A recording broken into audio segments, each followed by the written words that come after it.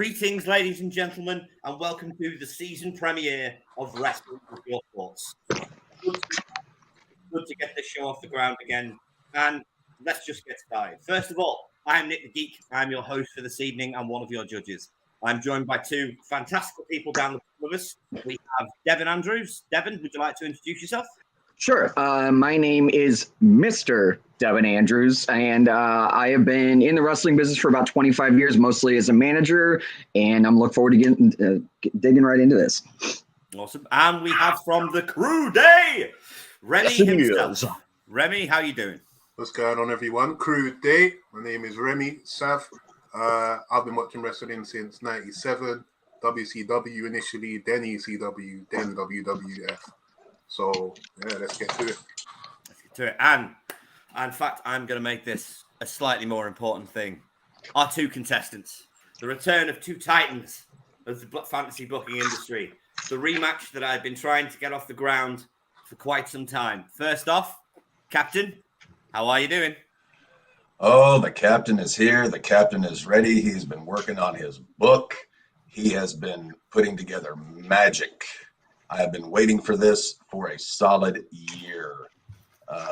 As we spoke before the show, the last time we attempted this, things went a bit off the rails. This time, it ain't going off the rails. We're steering the train clear, and we are going to have a winner by hook, by crook, by shank, by flank.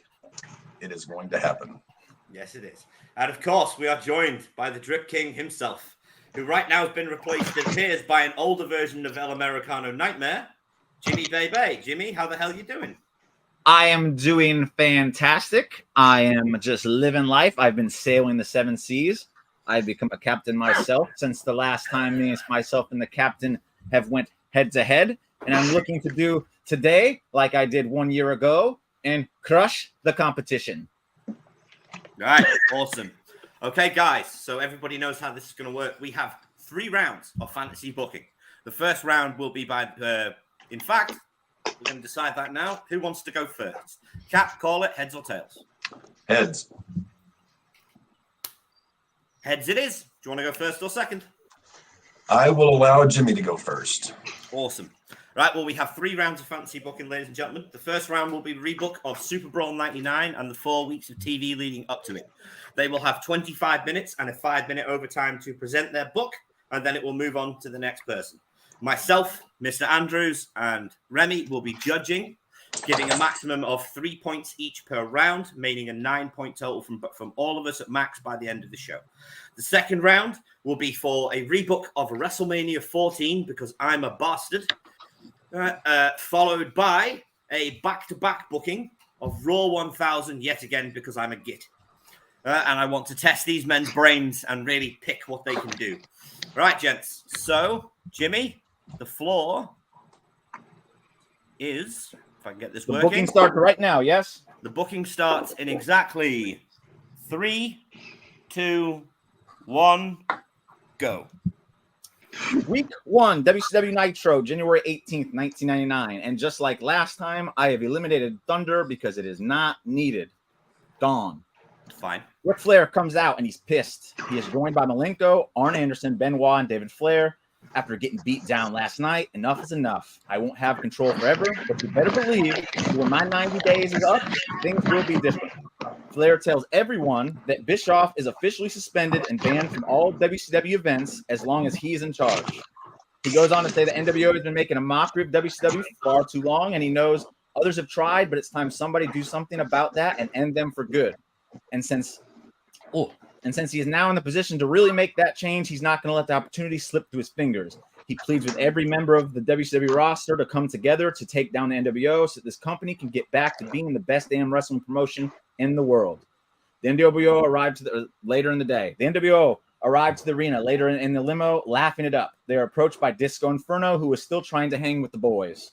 Disco tells about Flair's plan to band the locker room together to take them out. Paul says he has a plan. They all huddle up, NFL style. We cut to commercial. Backstage, later in the evening, we see Disco running down the halls, and he's being chased by Bill Goldberg. Disco's yelling at him, "You ain't that tough, Bill." And then he goes into a room. It is a locker room. He is cornered. Disco Please don't hurt me. Goldberg shuts the door behind him, and you hear loud bangs being heard in the room. Come back from commercial, and Goldberg is being tended to in that room that he just followed Disco into. Flair is screaming at the top of his lungs, wondering what the heck just happened as the medics look over Goldberg. They say he was attacked by the NWO, and they believe that Goldberg has a concussion and a broken arm. Later on, Benoit is talking with Ric Flair. He asks him what the plan for the world title and Hogan is because he'd love to get a shot at him. Flair says that he's still trying to figure it out. NWO makes their way to the ring during a cruiserweight title match between Kidman and Mysterio. NWO and Disco enter the ring, which causes Kidman and Ray to stop mid-match. Paul has a mic, and he says, "You people, you know who we are, and you all know why we're here. A little over 2 years ago, we waged war on WCW, and the boys, and we've dominated this place ever since. Lately, we've been taking it easy, but now Ric Flair wants to try and rally the troops since he got a little power. That's okay. We're ready for it." Hogan says that they've cut a lot of dead weight already and won't tolerate the weak anymore. Hogan then looks over towards Kidman and Mysterio. "So with that said, you're either with us, brother, or against us. What's it going to be?" Mysterio steps up, grabs the mic, and says, "We will never join you." At this time, Kidman has hightailed it. He's gone. He left Ray high and dry. Nash points behind Ray, and the rest of the boys have a laugh as Ray turns around and sees Kidman is gone. Then NWO jumps Ray. Outsider's Edge, Jackknife Powerbomb, leg drop, torture rack, all the good stuff. At that time, Flair, Benoit, Malenko, David Flair all hit the ring to help out Ray, but the damage has been done, and the NWO exit out of the ring. The Horsemen beg for a fight, and you see how Hogan mouth, "You're still outnumbered." They start to try climb into the ring, but then Piper's music hits, and he runs down to back up the Horsemen. The NWO then drop back down to the floor. Piper picks up the mic, says, "You boys want to fight? Well, let's fight then." The NWO brush it off, and then they leave through the crowd as well. End show. Week 2, WCW Nitro, January 25th. NWO kicks off the show by making their way to the ring. Hogan starts it off. He talks about Rick going mad with power, but in the end, it's not going to matter because it hasn't before, and it's not going to change now. He's cut off by Nash, who asks what this twerp is still doing following them around, and he points to Disco. Disco looks dumbfounded, but is then clotheslined from behind by Scott Steiner. Hogan says, "I told you we're done with the dead weight. Get rid of this man." Steiner gorilla presses him out of the ring. Brushes his hand off. Nash says, "That's better. You can continue." Hogan goes on to say they will hold down the fort until Easy E returns, and when that happens, they will finally put an end to Flair and the Horsemen for good. Flair and the rest of his crew come out to the ramp, along with Piper. Flair laughs and tells Hogan to keep dreaming if he thinks they're going to end him. Many have tried, none have succeeded. Rick asks Hogan if he is ready for his run as world champion to come to an end at Super Bowl, because he knows somebody that is chomping at the bit to take it from him. Benoit takes a step forward with a grin. Flair says, "It's me, Ric Flair." Benoit looks confused. Hogan is mad and tells Flair he can't do that. Flair tells him and that he just Sorry, Jimmy, can you pause for a minute? We're getting a lot of interference from one of you guys. Right, somebody is just going. Zzz, zzz, zzz. There we go. It's gone now. As well. It's gone now. It's gone now. Sorry about that, Jimmy. Please continue. Piper then snatches the mic from Ric Flair and says that he's looking for a fight, and he doesn't care which one of the girls in that ring it is, but he wants it tonight. Nash tells Piper that if he wants some, he can come get some, but he better be willing to put his money where his mouth is and put that United States title on the line. Piper says, "You're on, bucko, and let's make it no disqualifications while we're at it, because I'm out for blood." Flair then grabs the mic back and grabs it back and lets everyone in the ring know that they are barred from ringside for the match. And just to show how fair he is, everyone here will be barred from ringside as well. And if anyone decides to break that rule, they'll be joining Bischoff at the house. The NWO doesn't look happy. Later on, backstage, Flair is meeting with Booker T. Rick tells Booker that he's looking to get people on board, whereas a lot of people need to prove their loyalty to WCW. Booker isn't one of them. He's been Team WCW since day one, and for that, he will give him any match he wants against any member of the NWO at Super Bowl, maybe even a title match. Booker T appreciates that, but says he's never been one to accept handouts, and he's not about to start now. But he'd love the opportunity to earn that shot. Rick admires that and says that next week he'll get the chance. As Booker walks off, Disco bursts in and asks Rick if he saw what they did to him. After all he did for them, that's how they treat him. He demands something be done about it. Rick informs Disco that he did see it, and he actually thought it might be the most entertaining thing the NWO has ever done. He also informs Disco that he has no sympathy for him due to the fact that it was Disco who led Bill Goldberg into the situation last week that will now have him out with a broken arm. But an enemy of my enemy is a friend, and whereas he would never consider Disco a friend, he will grant him a TV title match with Scott Steiner tonight. Disco pleads that is not what he meant, but Flair insists that and directs him out of the ring, out of his office. Scott Steiner later in the night. Scott Steiner versus Disco Inferno TV title match. Scott Steiner destroys Disco Inferno in nothing more than a squash match. He puts him in the Steiner recliner. Disco taps immediately, but Scott doesn't let go. After repeatedly being told to let go, he finally drops Disco and poses for the crowd.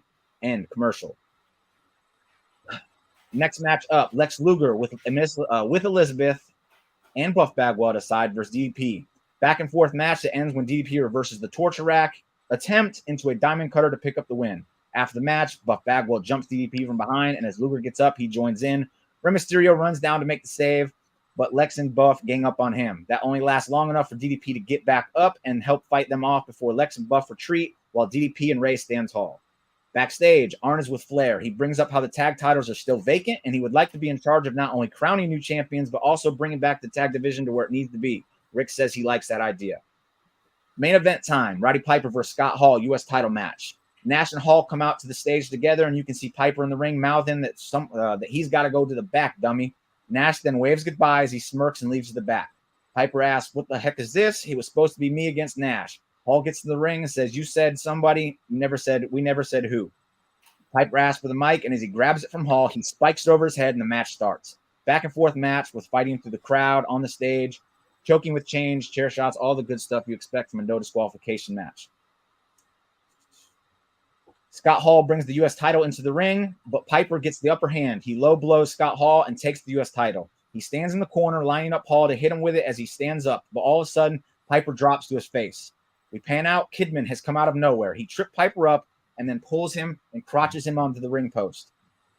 He then goes down under the ring. He grabs some shackles and cuffs Piper's ankles, trapping him to the ring post, face down. Hall gets up and starts to stomp Piper into the back of the head as Kidman slides in the ring with a chair. The ref tries to stop it, but Hall tosses him out of the ring as Kidman starts to blast the back of Piper with that chair. Kidman finally tosses the chair of the ring and starts stomping Piper some more as Hall gets out of the ring to get a mic. He slides back in and pulls Kidman off before looking to the back. Hey, Rick, get your butt out here. Rick comes out onto the ring, out on the ramp with Arn Anderson. He starts to make his way down. Arn has to pull him back, and then Hall says, whoa, Rick, you might want to hold it up right there because if I remember correctly, you said you guys were all barred from ringside, right?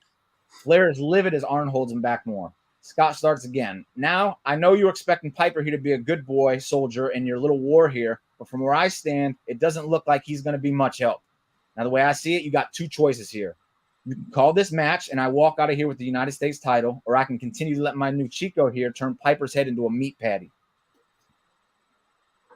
And then you can see Rick mouth, fuck you. Apologize for the language. That's fine, Jim. Continues to hold him back. Kidman slides to the outside and grabs a new chair. He slides back in and goes over to a motionless Roddy. Kidman hoists the chair up, but then Flair starts yelling, fine, you win. Stop it, damn it. The bell rings and Hall is announced the winner and new United States champion. Kidman then slams the chair over the back of Piper's head anyway before Flair beelines the ring while Kidman and Hall retreat. Hall grabs his United States title and poses as Kidman stands beside him while Flair and Arn check on Piper in the ring. Kidman is mouthing into the camera, if you can't beat him, join him as the show ends. Week 3, the show starts with Ric Flair staying in the ring in a very somber mood. He talks about how things are getting out of hand and the weight he feels from it all. He takes the blame for Goldberg getting his arm broken. He takes the blame for the attack that took Piper out last week. He questions whether or not he's been in over his head. He was going over it all last week and even thought about stepping down until he got a call from an old friend. Lights go out. Sting makes his way out to the ring. Commentary puts over how they haven't seen Sting in a while. Sting joins Flair and says nobody knows better than him how dangerous the NWO is, and he also understands how important it is to take them out. It won't be easy, especially with Goldberg and Piper being gone, but it's a battle he's been facing for quite some time, and just like everyone else, he's ready to finish it once and for all. Bret Hart comes out. Commentary also puts over how they haven't seen Bret in a minute. Bret grabs a mic as Sting looks on a bit standoffish. Bret says it feels good to be back. He's been watching from home, and he doesn't like what he's seen. Piper was a friend of his, and what happened to Goldberg was really unfortunate. Yeah, right. So with that, he wants to stand up and do what's right and join the good fight. Sting intervenes and reminds Rick and everyone else that Bret had helped the NWO and Hulk Hogan not that long ago. Bret reminds Sting that he's the one that counted the 3 for him at Starrcade when he beat Hogan. So maybe show some gratitude. Flair tries to play peacemaker, but Sting pushes him back. I'm not going to apologize to some outsider who just so happens to be conveniently showing up back in during one of the most pivotal times in this company's history, especially when that person has history with the enemy. Brett says that Sting has just told all these people he was ready to band together, and not even 5 minutes later, he's backtracking. If anyone is looking suspicious here, it's you, Sting. And let's not forget that you were parading around with the NWO last year as well. Sting decks Brett and drops him. Brett lays there, rubs where he got hit on the head, and looks up at Sting as Flair is pleading with Sting to come to his senses. Sting mouths to Flair he'll help, but not by his side as he points down to Bret Hart. And then he leaves the ring and walks off. Later in the night, Scott Steiner versus Rey Mysterio in a TV title match. Back and forth match that sees Scott overpower Rey and end up with the win with the Steiner recliner. Just like last week, Scott doesn't let go of the hold afterwards. Disco runs down to the ring to try and make the save, but Scott lets go of the hold and immediately starts to beat down Disco Inferno. He pushes him out of the ring with his feet and then goes back to Rey, but as he turns around, Diamond Cutter. DDP helps Rey up and they exit the ring just as Buff Bagwell and Lex run down to make the save for Scott Steiner.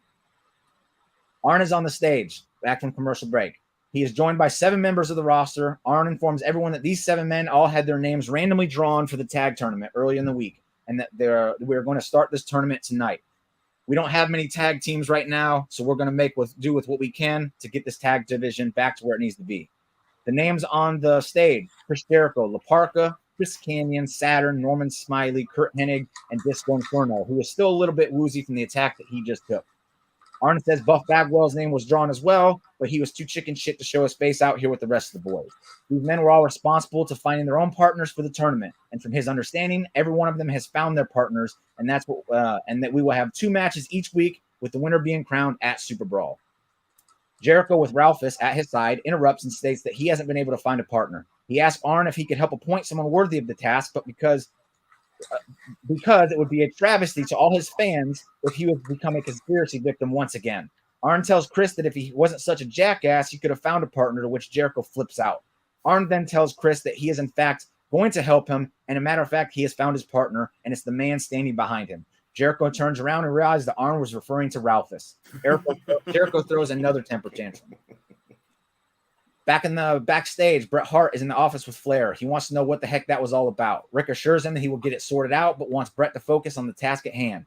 Bret says, okay, I'll trust you, and since he's here, he would like to have a match tonight. Rick says that sounds great, and he lets him know he'll be facing Kevin Nash in the main event. Tag tournament match number 1, Buff Bagwell and Lex Luger versus Norman Smiley, and he has chosen Humorous to be his tag team partner. They show a clip backstage that shows the interaction between the two, in which Norman Smiley does his little big wiggle to say, we're going to go all the way. Humorous finds it humorous, so he joins him. Unfortunately, nothing happens because Buff Bagwell and Lex Luger make pretty easy work of them, and they advance to the next round. Next up on the match, Booker T versus Vampiro. Booker T wins a really good match, which gives him a match of his choice at Super Brawl.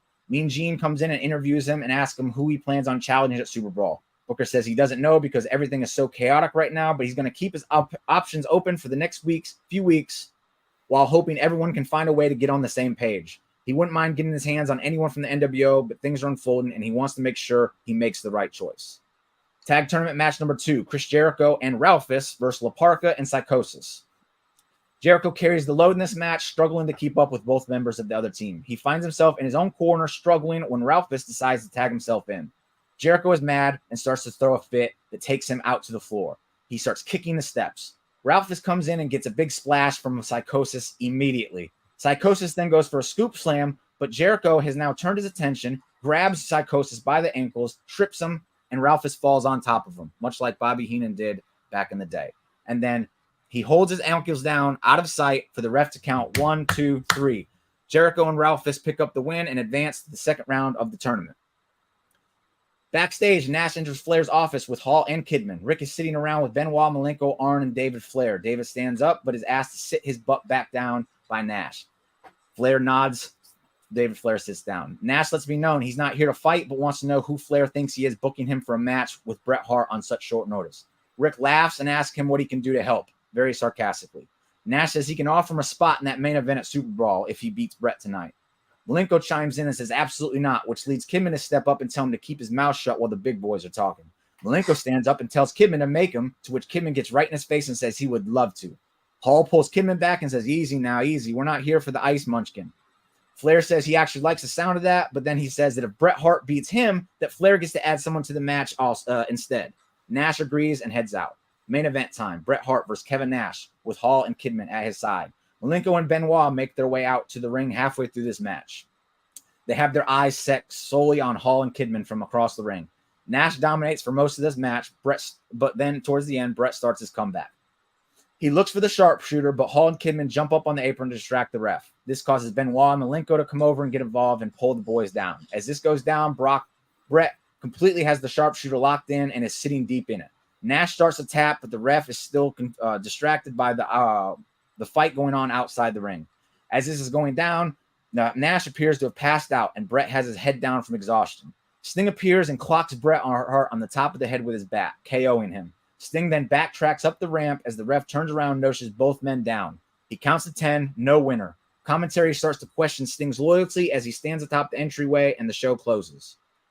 Week 4, Disco and Bam Bam versus Curt Hennig and Barry Windham in the tag team tournament round 1. Hennig and Windham were already as a tag team, so that's why they're together. They make their way out to start the show. They cut a clip that shows Disco begging Bam Bam Bigelow to be his tag team partner. Bam Bam tells him to piss off multiple times until Disco offers to pay him lots of money. Bam Bam agrees and tells him to stay out of his damn way. As they come out, Disco's dancing behind him, but Bam Bam constantly looks behind him, telling him, knock it off. Hennig and Windham beat down on Disco for most of this match as he's the one that started off. Towards the end, he finally gets to tag out. Bam Bam comes in and cleans house. He picks up the win for himself and Disco to advance. Mean Gene interviews them after the match. Disco thanks Bam Bam for being his new best friend, to which Bam Bam rolls his eyes and says, "Get out of my way." He leaves the ring as Disco says that he's not only here to win the tag titles, but he wants to make sure the NWO doesn't win them for what they did to him. He then chases after Bam Bam Bigelow. Backstage, Ric Flair is standing in the parking lot. Benoit approaches him and asks him if there's anything he can do. Ric tells him not now. He's waiting for Sting to get here. Benoit gives him a kind of a not happy look and then storms off. Scott Steiner views Hugh Morris. Hugh Morris was given this match since he was not pinned last week. But it doesn't matter. He suffers the same fate as the last two as Steiner beats him down and puts him in the Steiner recliner. As he's holding the Steiner recliner on him after the match, DDP comes out. Scott Steiner lets go and dares him to come in the ring. Paige tells Scott that Scott Steiner says, "Where's your little bitch at?" And then Paige tells Scott that Ray had to take the week off. Steiner says, "No, not that one. The one that can't keep her eyes off the big bad booty daddy while she undresses me with her eyes." And before he can even finish the name Kimberly, Scott Steiner is cut off when DDP starts swinging. His punches get a little wild because he's so angry, which allows Steiner to hit him with a knee to the gut and then starts dropping clubs to the back. He picks DDP up for a power slam, but DDP reverses it and goes for the Diamond Cutter, but Steiner pushes him away and then backtracks, rolls out of the ring. Steiner slams his fist on the apron on the outside as DDP goes for the bang hand motion in the ring. In the segment, Jericho and Ralphus are backstage with Arn Anderson. He asks Arn to get him a new partner. He says this isn't fair. Arn says that Jericho should be lucky to have Ralphus on his team since he was the one that picked up the win for them last week. No new partner. Ralphus stays. Jericho temper tantrum. Billy Kidman versus Chavo Guerrero in a cruiserweight title match. Very fun, fast-paced match, much what you expect from the cruiserweight division back in the day. Malenko watches on from the ramp, arms crossed. Kidman gets distracted a few times by this, which gives Chavo a few openings, but he's never able to close. Kidman wins with the shooting star press. Malenko claps before walking to the back end segment. In the parking lot, car pulls in. Bret Hart hops out and immediately asks Flair where Sting is. Flair says he's been waiting for him all night, pal, and once he talks to him, Bret will be the first to hear about it. But for now, he needs Bret to go in the locker room and wait. Bret storms off. Raven and Saturn versus Canyon and Glacier. Video clip during the entrances show how these two teams came together. It shows Saturn asking Raven to put let bygones be bygones, put their differences aside, and Raven claims that's all he's ever wanted is for Saturn to come home. They still have great chemistry in this match, even after their differences, and they end up picking up the win to advance to the second round. Backstage, parking lot again, a stretch excursion pulls up, and out of it comes Hogan, Nash, Bagwell, Luger, and Elizabeth. They walk up to Flair laughing, except Nash, as Flair reminds them that he's still in charge, and it'd be wise not to touch him. Hogan says Flair doesn't need to worry because he has no problems waiting until Super Brawl to drop Flair. Nash wants to know what the hell is going on with last week's match because he didn't lose, so he should be in the title match. Flair laughs and tells him he didn't win either, so it ain't happening. Nash warns Flair to change his mind by the end of the night or else or else before they walk off. In the hallway, Malenko is being cornered by Hall and Kidman running in their mouth. Booker T walks up behind Malenko. Hall and Kidman take a step back. Booker T calls them out for being suckers that can't fight fair. Hall does his ooh gesture before throwing his toothpick into Booker's face and then walking off. Booker T is pissed. End segment. Brett marches to the ring with no music. He grabs a mic. He knows things in the building. Flair may be waiting in the parking lot like a dummy, but I wasn't born yesterday, so get your ass down to this ring so we can settle this once and for all. The NWO music hits, and the whole gang comes out. Hogan, Nash, Hall, Steiner, Luger, and Bagwell. They do a shot of the back, and it shows people pounding on a door. They're yelling, but they can't get out because the door has been locked up with chains. You can hear Benoit and Malenko as two of the voices. In the ring, the NWO has entered, and Bret Hart isn't moving. He says he knows he was calling out a coward, but he wasn't expecting a whole flock to appear. Hogan says he might be able to wait to beat Flair's ass at Super Bowl, but he's not giving Bret that same luxury. They pounce. Flair comes running down to try and make the save. He chops Bagwell down. He chops Kidman down, but he runs into a big boot from Nash. Nash then grabs Flair by the throat as he lays them down on the mat and asks him what it's going to be. Flair spits in his face. Kevin picks him up and jackknife powerbombs him, all while Bret is being held down in the corner by Hogan with the boot. Nash comes over and puts his boot on Bret as Hogan starts to walk over to Rick, taking off the weight belt. The lights go out, the lights come on. Sting is in the ring, and he starts blasting the NWO members with the bat. Hogan is last, and Sting gets him in the gut. As Hogan is hunched over, Sting goes for the back with the bat, but Bret Hart is up, and he snatches the bat from Sting. Sting turns around, and Bret lays him out. Hogan rolls out of the ring, and the NWO all kind of share a laugh as they regroup, and Bret drops the bat on an unconscious Sting, and he rolls out of the ring on the other end, leaving Flair looking on in the ring, completely dumbfounded. Commentary is now questioning Bret Hart's allegiance. End show. Week 5, Monday Nitro, February 15th. Chris Benoit and Vampiro start the show off. This match ends fairly quickly as Benoit makes very quick work of Vampiro as he is a man on a mission. After the match, he asks for a mic. Benoit has been standing behind Flair watching all this chaos unfold for weeks now, and he's tired of it. So, Rick, get your ass out here right now. Flair comes out looking confused with Arn, Dean, and David. Flair seems a bit confused as they enter the ring. Benoit doesn't wait for them to get in the ring. He says to cut the damn music. He asks Rick what the hell he's even doing. He and Dean have been on the sideline these past months while all hell breaks loose. If you're wanting to go to war, why aren't you using us? What do we have to do to prove ourselves to you? Rick looks down in shame. Benoit then asks if maybe they are on the wrong side. Rick snaps up quick. He snatches the mic from Benoit's hand. Rick asks Benoit if that's what he really thinks. Is that how he really feels? Because if that's the case, you can get your ass out of this ring right now. This job ain't easy. This war has been going on in WCW for years, and maybe I'm not the best man for the job, but somebody's got to do it. So if you think you can do better, then why don't you do something about it? Benoit gets right in Flair's face, grabs the mic while it's still in Flair's hand, and says, maybe I will. Arn and David have to pull Rick back as Malenko steps in and moves Benoit into the corner. NWO comes out, and they stand on the ramp having a good old laugh. Hogan has a mic. You know something, brother? I'd be more than willing to let Benoit take my place this Sunday so that you two lovebirds can fight this one out.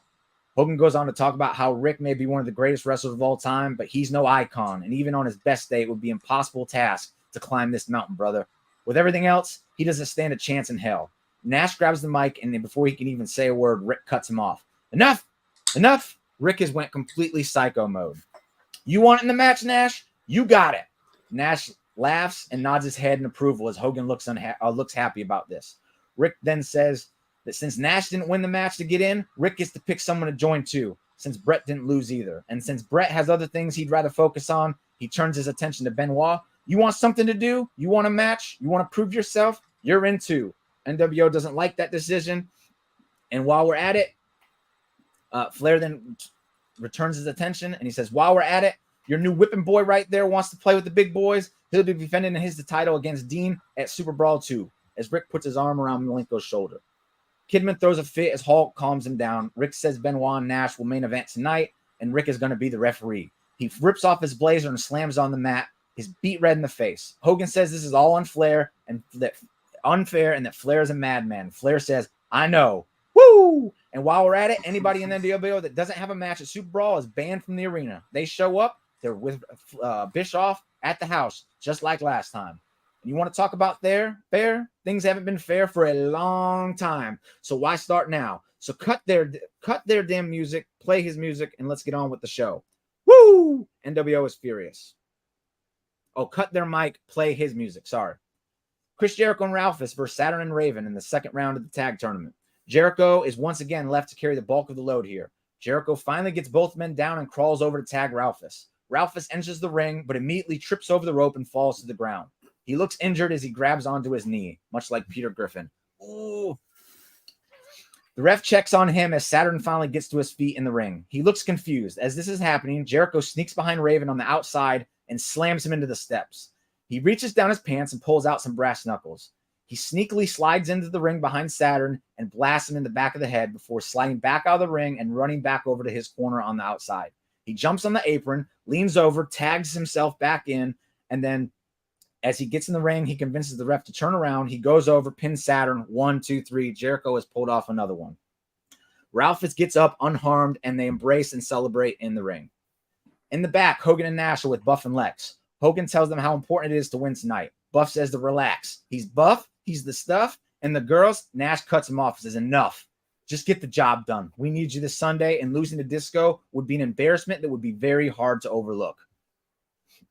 Scott Steiner versus DDP for the TV title is up next. As DDP is making his entrance, Steiner attacks him from behind on the rampway. He beats him up on the outside for a bit and then rolls him in the ring. He grabs a chair, slides into the ring. Before he even gets a chance to use it, Booker T runs down to the ring to make the save. Steiner exits the ring. Booker T helps DDP get to his feet as Steiner yells expletives on the outside at both of them. Commercial break. Back from commercial, DDP and Booker are still in the ring with Paige over in the corner, recuperating from the attack. Mean Gene asks Booker T if what just happened answers the question we've all had on our minds for the last several weeks, as Booker's chosen Scott Steiner to face the Super Bowl. Booker says he would love to whoop that sucker, but no, that's not who he has chosen. Somebody had to step up and start being a team player here for WCW, and that's what he's doing. Steiner has a bigger problem, and that goes by the name of DDP as he points back to Diamond Dallas Page. So that leaves one man left. So, hey, yo, Scott Hall, I got my eyes set on you in that United States title, so you better enjoy it while you can because that's a beautiful gold belt. That beautiful gold belt is coming home with me at Super Brawl. Sucker, now can you dig that? In the back, Disco is with Bam Bam Bigelow as he's taping up his wrist. Disco is telling him how important tonight is. It will be redemption to knock the NWO out, and then this Sunday he'll be a champion again, and everything is falling into place for him. Bam Bam finishes his tape, says, I don't give a damn about all of that. Just stay out of my way. He then pushes Disco up against the wall and leaves him. Disco runs after him. Disco and Bam Bam versus Buff and Luger. Bigelow goes first and manhandles Buff. After beating him down for a while, he throws Buff into the corner and dares Lex to tag in. Lex comes in and they take turns on offense. After they go back and forth for a while, Disco finally gets tagged in, as well as Buff Bagwell. But Disco, being the freshest person in this match, he starts taking it to both Lex and Buff. Disco throws Buff in the corner after throwing Lex out of the ring. He hits him with a big splash. He hits Buff with a big splash, and Bam Bam Bigelow tags himself in at the same time. Disco hits his chart buster as Bam Bam Bigelow goes to the top rope and hits the Bam Bam Salt. Bigelow pins Buff as Disco watches for Luger. 1, 2, 3. Bam Bam Bigelow and Disco Inferno advance to the finals of the tag team tournament. Commercial break. We come back. Luger and Buff are still in the ring as Lex is helping Buff to his feet. The rest of the NWO come out to the ring. Nash has a mic and tells them they had one job to do. Last month, they made the choice to cut dead weight. And well, Steiner, Hall, and Kidman immediately attack Luger and Buff. They hold Luger down as Hogan starts to whip him with the weight belt. Nobody's coming to save them as they are NWO and they're tired of him. Buff gets an outsider's edge and a jackknife powerbomb. Hogan looks in the camera and says the Horsemen are next. Backstage, DDP enters Flair's office. Rick is still beat red in the face. Before DDP can say a word, Rick says, you want a match with Scott Steiner? It's yours. Woo! Now go bring that TV title home. Woo! DDP says thanks and leaves the locker room as Rick starts to do a little dance in the office. Kevin Nash versus Chris Benoit, main event time, with Ric Flair as a special referee. Flair is in the ring to be referee. He asks for a mic and demands Bret Hart and Sting get their butts out here right now. They'll stand at ringside. They will not touch each other during the match, and they will make sure nobody gets involved. They will work together, and if they can do that, they can touch each other all night long at Super Brawl. The match is theirs, but tonight they will be on the same page, or they will both join Bischoff at the house like everybody, like the same threat I've given everyone else.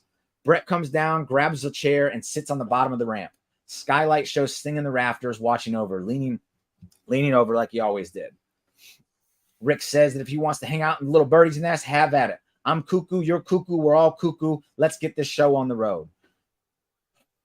Benoit and Nash, they come out. The match starts. Nash takes control early and dominates for most of this match, just like the Bret one. As he goes for the pin at one point, Flair looks down and then does his signature strut instead of counting the pin. Nash gets up and backs him into the corner and starts to threaten him, which allows Benoit to get up and take control. Nash gets control back a little bit later and has Benoit in the corner. He is unloading right hands, back elbows, and high knees to Benoit. Flair reaches the count and tells Nash to let off, but Nash ignores it. Flair tries to grab him, but Kevin turns around and pushes him down on his ass before returning back to Benoit.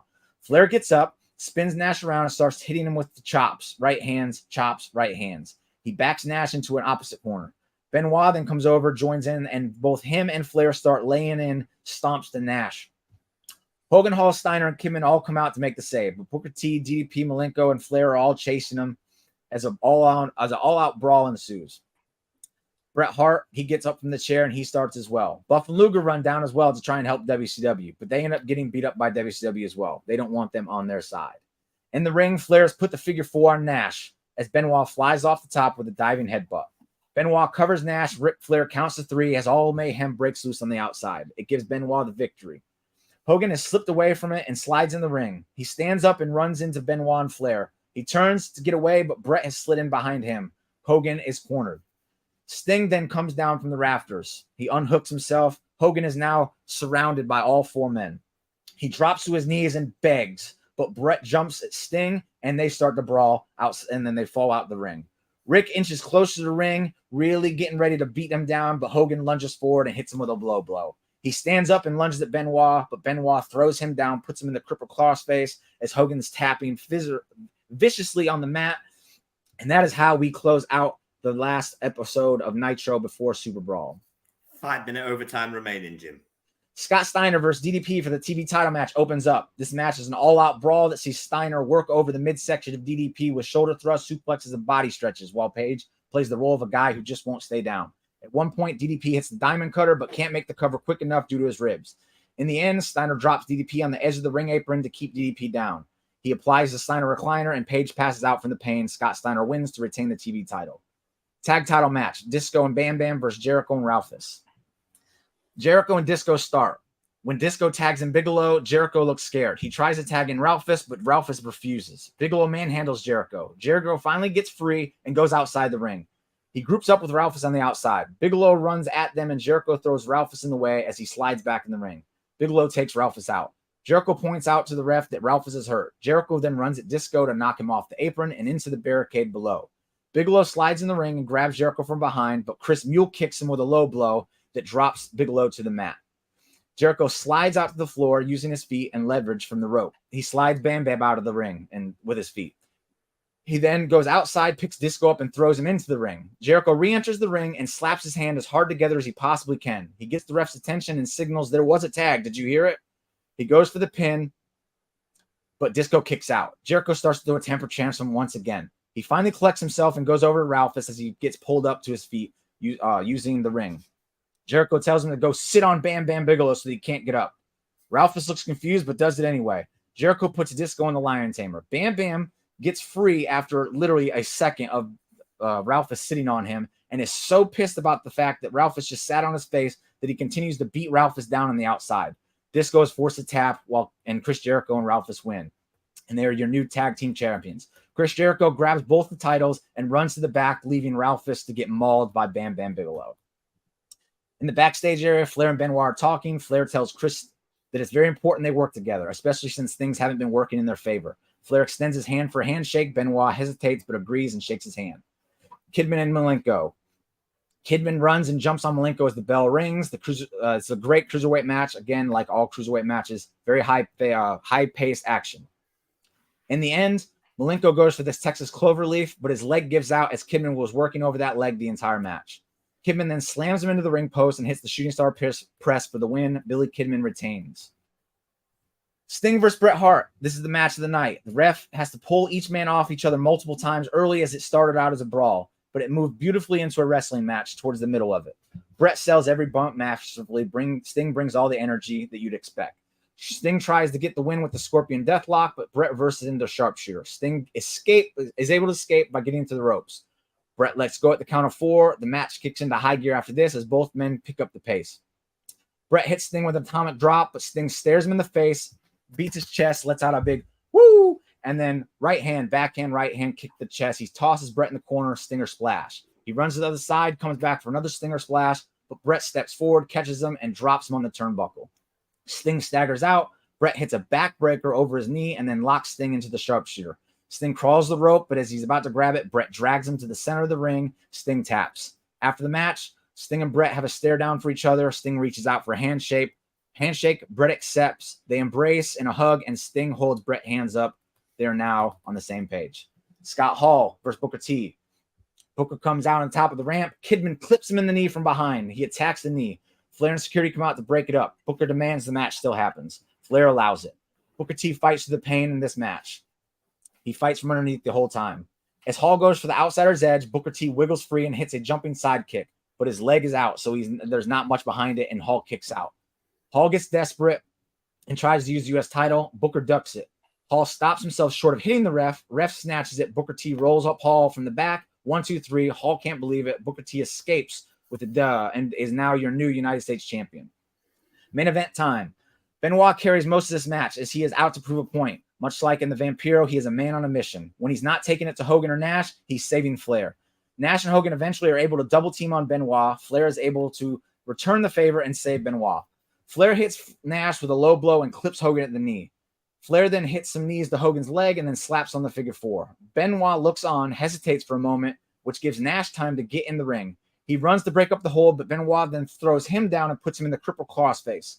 Flair looks on, and you can see him start to question whether or not to keep the hold on Hogan or let go to break up Benoit's crossface. Before he can make that decision, Nash taps and Benoit wins. Benoit celebrates as he is now your new world heavyweight champion, and Benoit, as Ric Flair looks on a little bit, what the heck just happened? Hogan and Nash on the outside are looking on at each other with the same looks, and that's your show. Time. That, Jim, let me just unmute everybody. Right. Judges, what did you think? Remy, what did you think? Okay, so I even got some notes down as well. Let me open them quickly. Sorry, give me a second. Yeah, Jimmy. So first of all, first thing I noticed, your booking is very true to WCW's form. Thank you know what I mean? Yeah, and I do like that because, as I said, I did watch WCW is what I started watching initially before anything. So yeah, it was very true to form. I do like that. I liked your usage. It's a pro and a con. Like the promo segments, and I liked a lot of them because they're very, like, again, when I say they're very true to form, I mean like Disco Inferno being screwed and running around that's Disco. Do you know what I mean? Paul calling Malenko or Ice Munchkin, like all of that, like you nailed it to a T. The only downside I'd say is I would have liked to have heard more about the actual matches, like what was happening within each match. I loved all the matchups, Hall and Kidman working together. I thought that was a really brilliant idea, especially because they kind of fumbled Kidman's momentum, so that would have been a way to keep him in the spotlight as well as keeping him in the higher echelon. Chris Benoit, Malenko, the Horseman, the whole callback, the tension between Ric Flair and Benoit, the fact that Malenko was the one that pulled Benoit away as opposed to Arn and that put in Flair. All those little intricate details, like, I really liked it. My only downside, as I said, would be I would have liked to have heard what happened more in the matches that you spoke on. And Mr. Devin Andrews, what did you think? Okay, I took some notes here, so I want to make sure I'm covering everything. I liked the build. Let's see here. Booker T turns down a title shot. That's pretty well par for the course for him for being that stupid. Let's see here. And let's see here. Norman Smiley and Hugh Morris. There's Smiley and Hugh Morris. There's got to be something there, so I appreciate that. You at one point teased me that Brock was going to be involved somehow. You saw the post that said Brock, and I was like, what? But anyway, let's see here. Ric Flair annoys Benoit. I wouldn't do that. Something tells me it's not going to go well for Flair. Also, Chavo, no Pepe? What the hell? I had to cut some things short because of I time. got you. Obviously, I used the entire 30 minutes. Out of curiosity, I did look up to see where is Pepe now. According to Bunny Ears, which is Macaulay Culkin's thing, Pepe died, but he was played by Neil Patrick Harris. So nice. Moving on, I got to give you the same comment that you weren't able to get into the details of the matches, and I know that's because you ended up long on time. So so got to take that into account. Because timing, pacings, that's all about booking a show. And again, Benoit not happy with Flair. I just don't think that's a good idea to piss Benoit off for some reason. I love that after Bret Hart and Sting's matches that they were allowed to then touch each other all night, so that was good. And overall, the show itself, I like Steiner winning. The team of Wham Bam Disco Man, trademark, so to make sure I followed that. So Jericho and Ralphus won the titles, right? Yes. My idea there was to get Jericho out of the cruiserweight division and looked at as kind of like a bigger deal. Because I think that's right. what No, I'm totally on board. Yeah, that absolute most is by fumbling Chris Jericho. Right. Let's see here. As far as Kidman beating Malenko, you used the shooting star press. I think it's one of the coolest shooting star presses of all time because it didn't look pretty. And so it looked pretty in its imperfection. Scorpion versus the Sharpshooter winning out. As much as I can't stand Brett, I do think the Sharpshooter is better. And then also, he always has claimed that he puts it on differently. I studied it. He actually does. His is always left leg over right leg under the left arm. Always, and other people do it differently. He holds a knee with his right hand as well. Let's see here, and then Booker T wins the championship. If that means he's not going to talk anymore, I'm good with that. And then I can't be on board with Benoit winning the title. I know you knew that was coming. I just can't. So as much as I understand that that's 1999 and we didn't know what was going to happen, it just feels icky to be okay with that. But still, overall, loved it. I understand your thing. I tried to book in the moment as opposed to hindsight because it's in the moment. I totally get it. Like I said, I could sit here and say, but at the same time, if we're in 1999, of course that makes sense. So, well, coming from me, Jim, I loved it. It was fantastic. I like the fact that you didn't use anybody that was injured at the time. It's very hard to do fantasy booking from the past because you can accidentally use people that were injured or out with hiatus, and you didn't use a single person that was on that list. So I was very impressed. Obviously, I love the Sting and Brett stuff. That was my favorite feud from 1999, so I'm really glad you elevated it. I'm okay with the Benoit title win because you were booking it in the time of 99, not now, and he should have won the title in 1999 as opposed to in 2000. Yep. So I was fine with that. And honestly, my favorite thing you did was putting Raven and Saturn back together. Yep. Loved it. Yeah, loved it. They should have never been split up as a team in WCW. It was a ridiculous idea to do it in the first place. So thoroughly enjoyed it. Right, judges, we got a job to do now. Points out of 3. Remy? Can we give in between points? So can I say a 2.25? Yes, you can. I'm going to give you a 2.25, my bro. As I said, I feel like there's a few things I forgot to mention, such as the use of Raven and etc. But I just feel like if you had given just a little bit more detail in the actual matches, because for me, I like so when I watch wrestling, I do like the entertainment side of things, but I also like to know I'm going to see at least 50% wrestling. Do you know what I mean? With certain matchups as well, you put some good, even Steiner DDP. Obviously, I know DDP was injured in your story, but I would have liked to have heard a bit more, because I'm a visualizer, I get you. Yeah. So that's literally it. That's my only downside, man. So 2.25. After my first booking, I read it out loud and I had to go and cut so much out because I was like, oh shit, I'm at 42 minutes. I can't talk through this one. So I felt matches were less important for the booking aspect to get to the Yeah, matches. it than tells the the matches story. themselves. No, But it I makes get what you're perfect saying sense. 100%. It does make sense. That's fair because in general, a booker is not necessarily laying out the matches themselves. I mean, there's spots, they might want, but not necessarily. Okay, I'm going to 2. I'm going to go with a 2. I was kind of wavering somewhere between 1.5 and 2, and I'll just be generous. As much as my personal feelings on the Benoit thing, I can't count that against you because that's, again, you're booking in the moment, and like it's not like you booked Benoit to win the world title tomorrow. So yeah. So as much as I have personal feelings, I don't feel like it would be right for me to say anything negative about that creatively. Yeah, appreciate it. So yeah, strong 2. And Jimmy, I am going to give you a solid 2.4. 2 point what? 2.4. Okay. Right. I really enjoyed that. Fantastic start to the show. The main thing I enjoyed, like Remy mentioned earlier on, is you stuck true to form to WCW. Which is You very can tell hard I to used do. to love it. Yeah, which is very hard to do because not a lot of people understand how WCW used to book.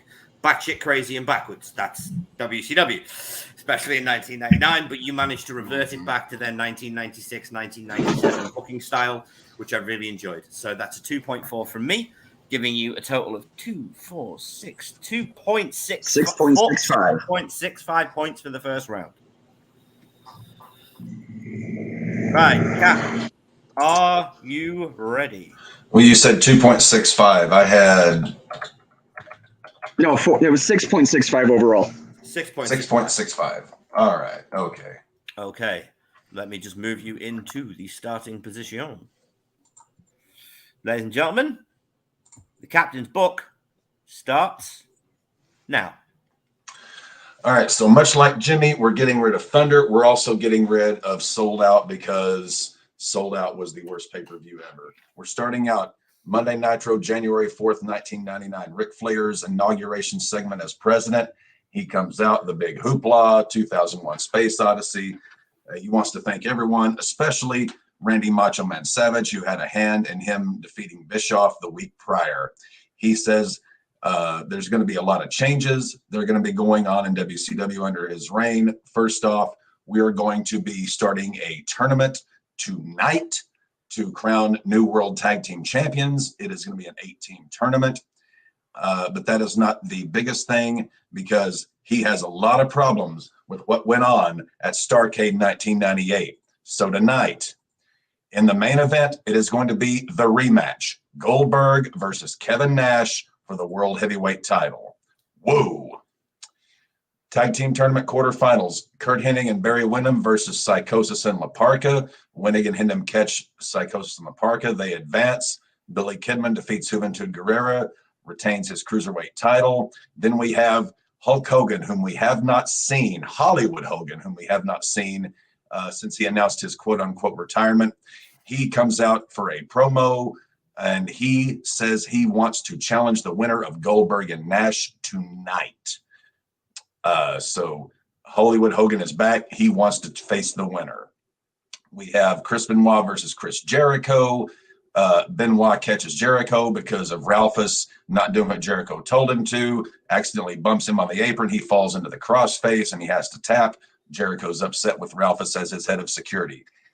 Another tag team tournament quarterfinal. Faces of Fear with Jimmy Hart, Ming and Barbarian versus Brian Adams and Scott Norton.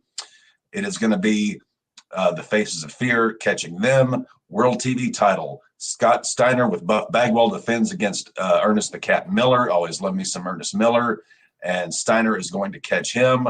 We have a promo. It is Diamond Dallas Page. He's been in WCW all this time. He's been U.S. champion. He's been television champion. He's been everything but the world champion. And he has a problem with Hogan, who is so-called retired, coming in and throwing his hat in the ring. Well, Page is going to throw his hat in the ring. He is asking for a chance to face the winner of the main event tonight. Main event, it is Goldberg versus Kevin Nash. It's going to be what you would expect from the two of them, a continued clash of power moves. And right as it appears that Goldberg is going to be getting the better of Nash, Down comes Scott Hall. Down comes Lex Luger. And the whole thing ends up in a big disqualification schmoz. You get other guys from WCW coming around, facing the Wolfpack. This thing is going to be like Hogan and Sting from the rematch of Starrcade 97 after Nitro, where it is just an absolute schmoz. Kevin Nash is still the world champion because of the disqualification. Title can't change hands because of that. And we move to Nitro January 11th. Ric Flair comes out to start the show. He calls out Kevin Nash, and then he calls out Goldberg. And he says, you two still have unfinished business. Nash, you're the world champion. Goldberg, no one can doubt that you are the number one contender.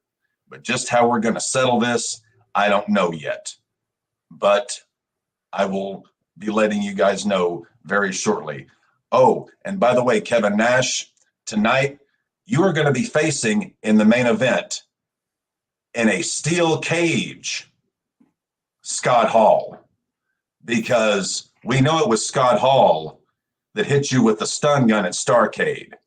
So tonight, Goldberg, you and Scott Hall in a steel cage tonight on Nitro.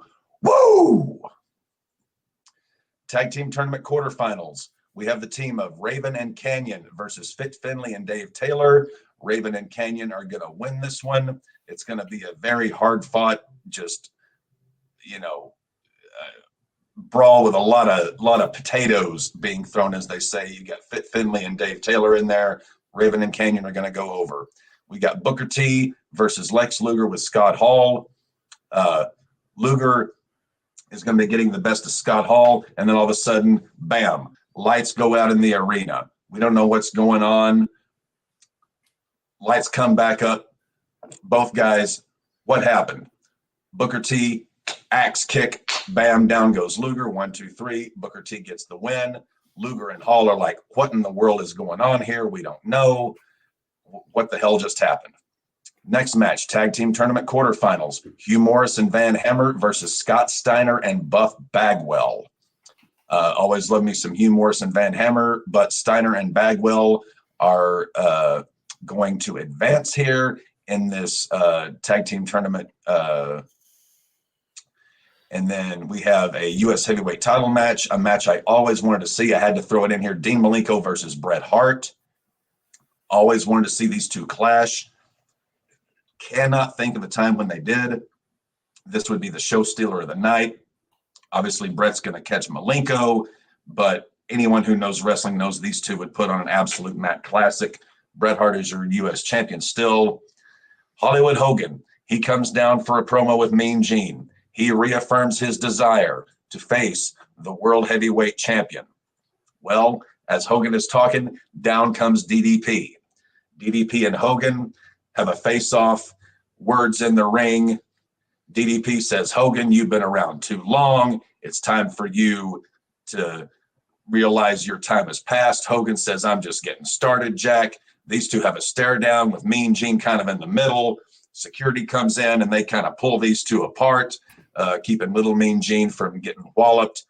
You can definitely tell Page wants him some Hogan, and Hogan may just want him some of Page. Then we have the main event, steel cage match. It is Goldberg versus Scott Hall. Goldberg has a chance to get his revenge from being screwed out of his title at Starrcade. It is going to be a match where Goldberg initially absolutely dominates Hall, beats the living piss out of him. But Hall, being Scott Hall, he's going to, take the cover off the turnbuckle, and Goldberg goes in, hits the turnbuckle, and Hall's going to take advantage of that. Going to keep working on Goldberg. And right as Hall has Goldberg up for the outsider's edge, looks like he's going to win. Bam, the lights go out. What the hell's going on? Lights come back on. Goldberg has recovered. He spears Hall, gives him the jackhammer. 1, 2, 3. Goldberg has gotten his revenge. Everybody's wondering, why have the lights gone out twice tonight? No one knows exactly what's going on. Then, we look to the entryway. Down comes Sting. He's not in the red and black that we saw him in at Halloween Havoc when he lost to Bret Hart. He's in the black and white. He's back in black. He's got the ball bat, and he is pointing the bat towards the ring. Who's he pointing at? We don't really know. But all we know at this point, he is not a member of the Wolfpack anymore. Go to the third Nitro, January 18th, 1999. Kevin Nash, Scott Hall, Lex Luger, they come out to start the show. Nash says, Wolfpack in the house. We got questions. We want answers. Sting, come out here and talk to us. Sting walks down the entryway. He gets in the ring. They hand him the microphone. He says, you know, I joined the Wolfpack because you guys were different. You guys were the opposite of NWO Hollywood. You guys were the good guys. But somewhere along the way, you guys changed. Somewhere along the way, you lost your way. And after I got injured at Halloween Havoc, somehow, Big Kev, you decided you needed a cattle prod to win the world title. Well, the Stinger, while nothing's for sure about Sting, nothing's for sure. One thing I can tell you is Sting don't abide cattle prods. So I am telling you all this. All of you are now on the Stinger's hit list. You betrayed everything that I joined you because of, and now I'm going to take you out one by one, piece by piece, if I absolutely have to. And I'm going to start tonight with the one guy who has disappointed me the most, you, Lex Luger, my best friend in this business since I got started. What are you doing, Lex? Tonight, you're going to deal with the Stinger. So we have that as our opening segment. Tag team title tournament semifinals, Raven and Canyon versus Hugh Morris and Van Hammer. Raven and Canyon are going to win and advance to the finals. We've got a world television title match. Chavo Guerrero Jr., always loved this guy, versus Scott Steiner with Buff Bagwell. Steiner is going to go into his rage mode. He's going to win the match with the Steiner recliner, but he's not going to release the hold after the referee asks him to. He's going to keep it going, keep it going, keep it going. He's not going to let go until finally security comes down and pulls him off. Out from the entryway comes the one and only Eddie Guerrero. Eddie comes down checking on Chavo. He wants to get something started with Scotty Steiner, but security, Buff Bagwell, they're keeping Scotty at bay. Eddie Guerrero's upset. His nephew has been just absolutely decimated in the ring. We get the stretcher job. We get Eddie checking on Chavo.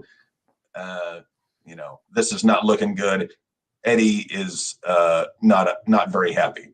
Ric Flair comes out for a promo. He says he has a very big announcement coming next week as far as the World Heavyweight title goes and Super Brawl 9 coming up in Oakland, California on February the 7th.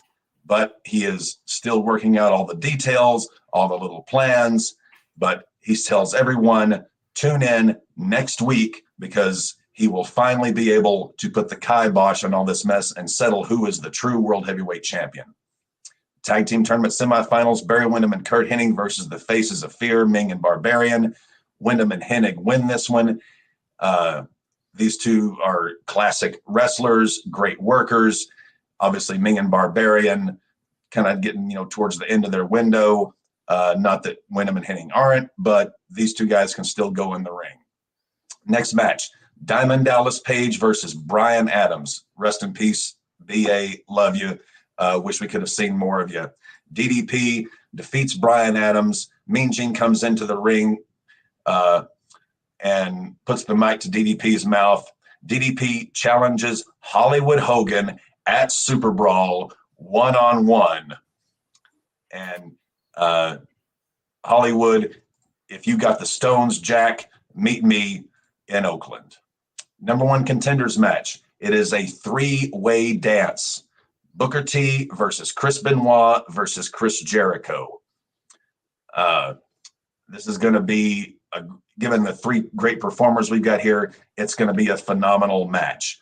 But ultimately, it's going to be Benoit getting the win because Ralphus is going to give a bump to Jericho while Booker T is already down. Benoit puts him in the crossface again for the second time in 3 weeks. And Benoit is going to Super Brawl to face the U.S. heavyweight champion Bret the Hitman Hart. Main event time, Sting versus Lex Luger, accompanied by Scott Hall. Sting and Luger, they start to square off. It's apparent that there is still a lot of affection between these two. Sting doesn't try to outrightly go after Luger. Luger doesn't outrightly try to go after Sting. There's a lot of hesitation. There's a lot of memories coming up, but Sting wants him a piece of Luger to teach him a lesson.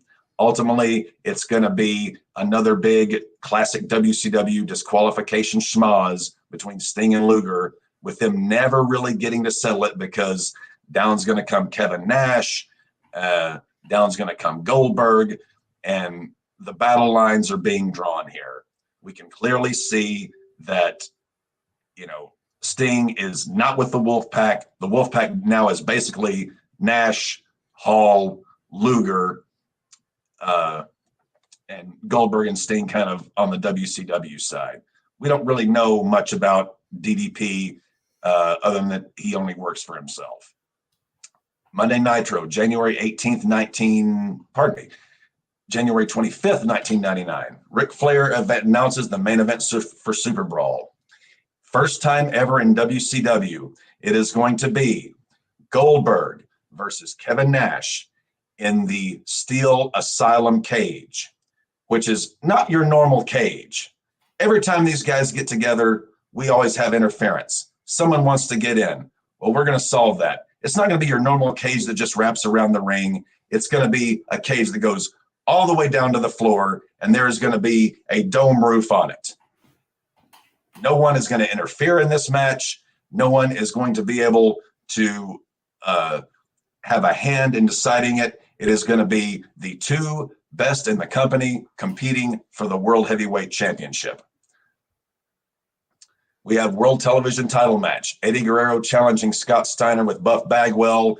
This match is going to end in a disqualification because Buff is going to go after Eddie Guerrero.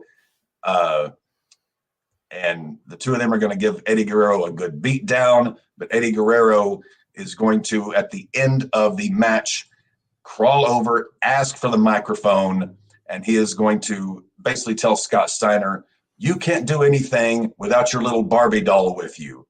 How about this? Next week, me and Buff Bagwell. If I beat Bagwell, I get you at Super Brawl for the World TV title, and Buff cannot be at ringside to help you out. Steiner agrees. We have a match set for next week. Lex Luger comes out for a match against Scott Norton. Luger wins the match, and down to the ring comes Sting with the ball bat. Luger and Hall are in the ring. Sting is alone. He gets in the ring, pulls the microphone out of the black jacket.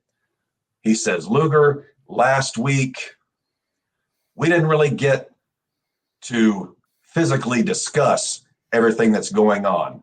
But I've known you. I've been up and down the road with you for all these years. You are not like Scott Hall. You are not like Kevin Nash. You are not one of those guys. You joined the Wolfpack, same reason I did. But you have to remember something, Lex. You are not like them. I know you. You know me. You have got to leave this bunch because they are not the type of guys you want to be running with. You're better than that, Lex, and you know it. Scott Hall, I still have unfinished business with you. So, Scott, how about this? Super Brawl, Oakland, California. You and the Stinger, one-on-one, and we'll see who the better man is. Hall says, all right, I'll meet you there, but Big Lex is going to be with me. Sting says, I truly hope so. So we have another match set for Super Brawl. going on in the night. Tag team tournament finals for the World Tag Team titles. It is Raven and Canyon versus Kurt Hennig and Barry Windham. This is going to be quite an odd match because these are, two teams that are opposing sides, opposing styles of wrestling. But ultimately, Hennig and Windham are going to catch Raven and Canyon. They are your new World Tag Team champions. And after the match is over, they are going to do some dogging, some talk trash, talking to these guys, telling them, they haven't been in the business. They're not real wrestlers. They're just, rejects from other promotions that can't actually use anything but weapons. They're not real wrestlers, yada, yada, yada, yada. And they're going to walk out with the tag team belts. As they're walking down the aisle, Raven grabs the microphone and he says, all right, if that's how you guys feel, how about this? Next week, Nitro. You and me, Hennig, Canyon, and Windham. If we both win those matches, we get you guys at Super Brawl in a rematch. But we decide what kind of match it's going to be. Hennig and Windham give the nod. All right, we'll see what you got. So more matches for next week. Chris Benoit versus Chris Jericho. Again, Ralphus is going to undermine Jericho's efforts as only Ralphus can do. Benoit catches him again. Jericho yells at Ralphus, tells him, if you mess up like this again, you're going to be fired. Jericho's throwing temper tantrums, yada, yada, yada. Mean Gene Oakland gets in the ring. He's going to interview Benoit. Benoit is the number one contender now to the U.S. title after having won the match last week. He calls out Bret Hart. Bret Hart comes down to the ring, the jacket, the belt, it's Bret Hart. He's fucking Bret Hart. Benoit tells him, Bret, you and I go back a long way, a lot more than most people may understand. I know your father. I know Stu Hart. I trained in the dungeon. You know me. And for all these years, when have you ever done anything to help me out? I've always had to do it on my own. Well, here I am once again doing it on my own. And Super Brawl, it's going to be you and I for that U.S. heavyweight title. And I just hope that I am man enough to beat you, because I know that you are the absolute best technical wrestler in the business. But I know that I am the silent but violent man in WCW. Bret Hart says, well, Chris, you're very right. You did train with my father. You've been in the dungeon. You know what it means to be a professional wrestler. You know the sacrifice. You know what it takes. And I'm going to be honored to meet you at Super Brawl. But what you've got to understand is you may have learned from my father, but I am my father's son. He may have taught you everything you know, but he didn't teach you everything he knows. But he taught me. Best of luck in Oakland. We get to the main event of the night. Diamond Dallas Page taking on Scott Hall. DDP and Scott, two phenomenal workers. They're going to be doing everything they possibly can to put on a great show. Hall is going to go for the outsider edge. Page is going to counter, hit the diamond cutter, going to get the 1, 2, 3. Lex Luger is going to jump in like he's going to be going after Page. Out through the fans comes Sting with the ball bat. He points the bat up at Luger, almost as if, do you remember what I told you? Do you remember what I was telling you? You're not like them. Luger is, he's hesitant. He doesn't really know what he wants to do. Then down from the entryway comes Hollywood Hogan. He wants him a piece of DDP. We know we've got NWO Hollywood, NWO Black and White. Thankfully, we didn't have the finger poke of doom because I know what the fuck I'm doing when it comes to booking. We still have these two opposing sides. Hogan gets in. You've got two members of the Wolf Pack. You got Hogan. DDP is down. Hogan just throws up his hands and says, You boys have at it. And with that, Hogan walks up the entryway. We cut to black. That is the end of that Nitro. Go Home Show. WCW Monday Nitro, February 1st, 1999. We have the contract signing for Super Brawl between Goldberg and Nash. Canyon and Raven are going to catch Wyndham and Hennig.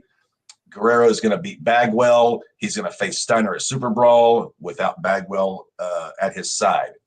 Diamond Dallas Page has a match with Stevie Ray. Hogan attacks him afterward. And in the main event that night, it's going to be Goldberg and Sting against the Outsiders. Going to be a pretty good tag match. We get to Super Brawl. First matchup at Super Brawl. Billy Kidman is going to defeat Dean Malenko and Rey Mysterio Jr. via pinfall in a triple threat match. Kidman drop kicks Malenko on the back of the head while he has the cloverleaf on Rey, knocks him out of the ring. Kidman body slams Rey, shooting star press, gets the pin. Malenko struggles to get back in the ring. Kidman's still your cruiserweight champion. Number one contender for the U.S. title, Booker T versus Chris Jericho with Ralphus. Booker T, Jericho going to put on a good match. As Booker T is in the walls of Jericho, he gets to the ropes. Jericho turns around and tells Ralphus to get ready. He starts digging in his pants for something, comes out with what appears to be a packet of powder. Jericho distracts the referee. Booker gets up. Ralphus climbs on the apron. He throws Jericho into it. The powder explodes in Jericho's eyes. Ralphus drops down. Booker T, Harlem's sidekick. 1, 2, 3. Booker is the number one contender for the U.S. title. After the match, Jericho's covered in powder, rolls out to the mat, yells at Ralphus, "You're fired," and walks back up to the locker room. Jericho is tired of the comedy act. World Tag Team Title rematch, Texas Tornado match. Raven and Canyon over Barry Windham and Curt Hennig. This is going to be a classic Raven and Canyon ECW type match with Hennig and Windham. They are going to come out of this with the World Tag Team titles after a lot of plunder, as the road would say, a lot of plunder being thrown around in this match, baby.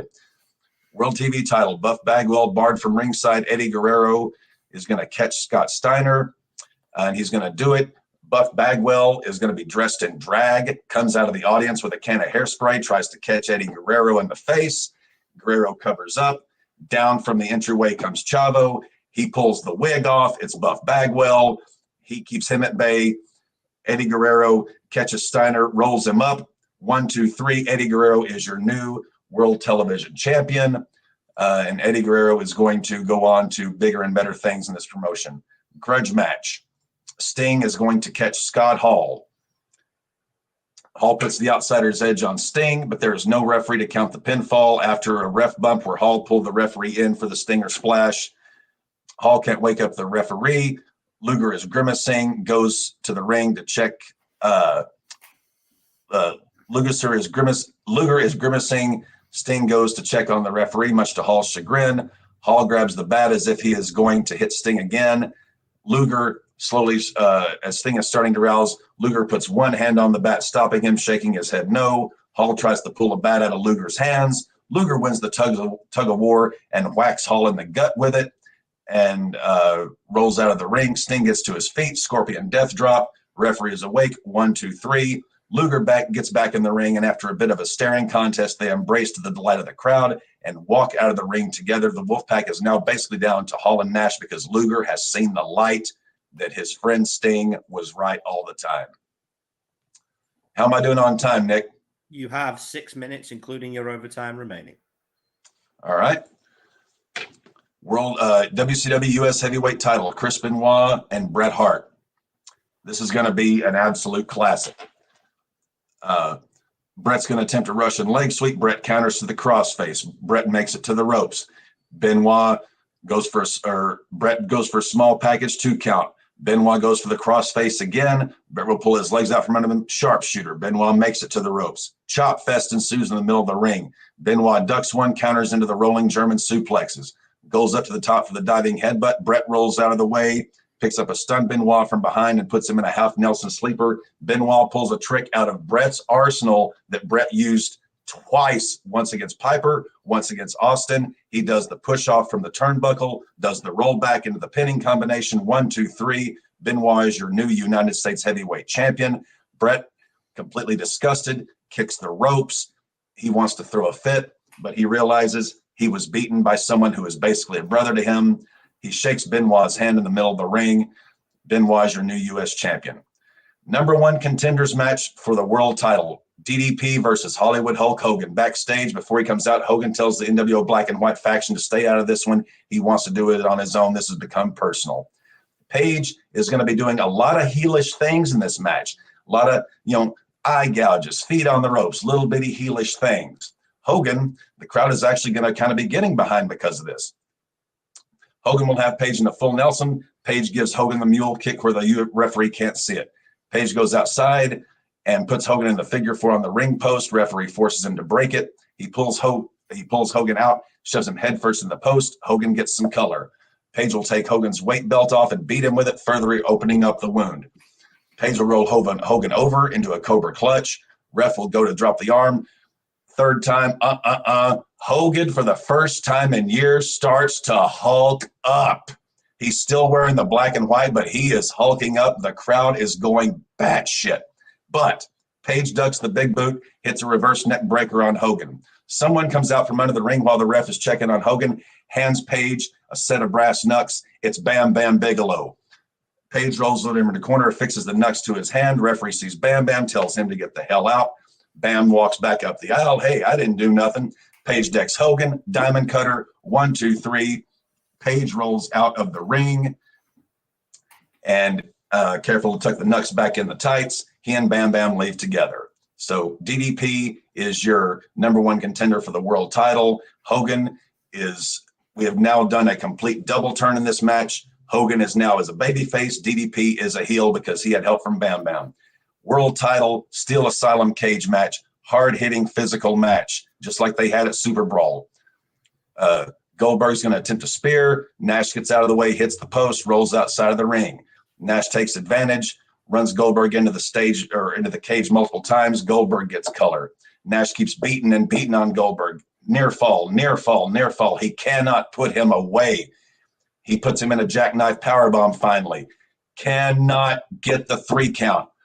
He gets Goldberg up, going to go for another jackhammer. Goldberg gets out, hits a halfway spear, not full force. Scott Hall runs down to the ring with a set of bolt cutters, attempting to try to get into the cage. As he's working the door, Sting runs down with a ball bat, knocks the bolt cutters out of his hand. They fight on the entryway.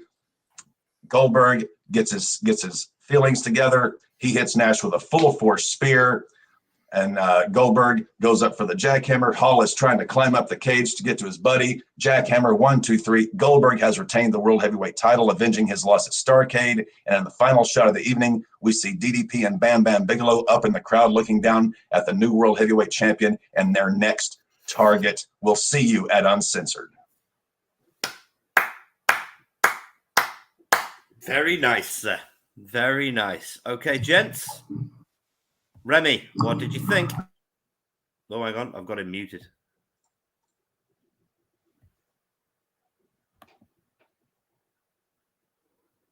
Unmute. Hang on, Cap. Remy, there we go. Wait, no.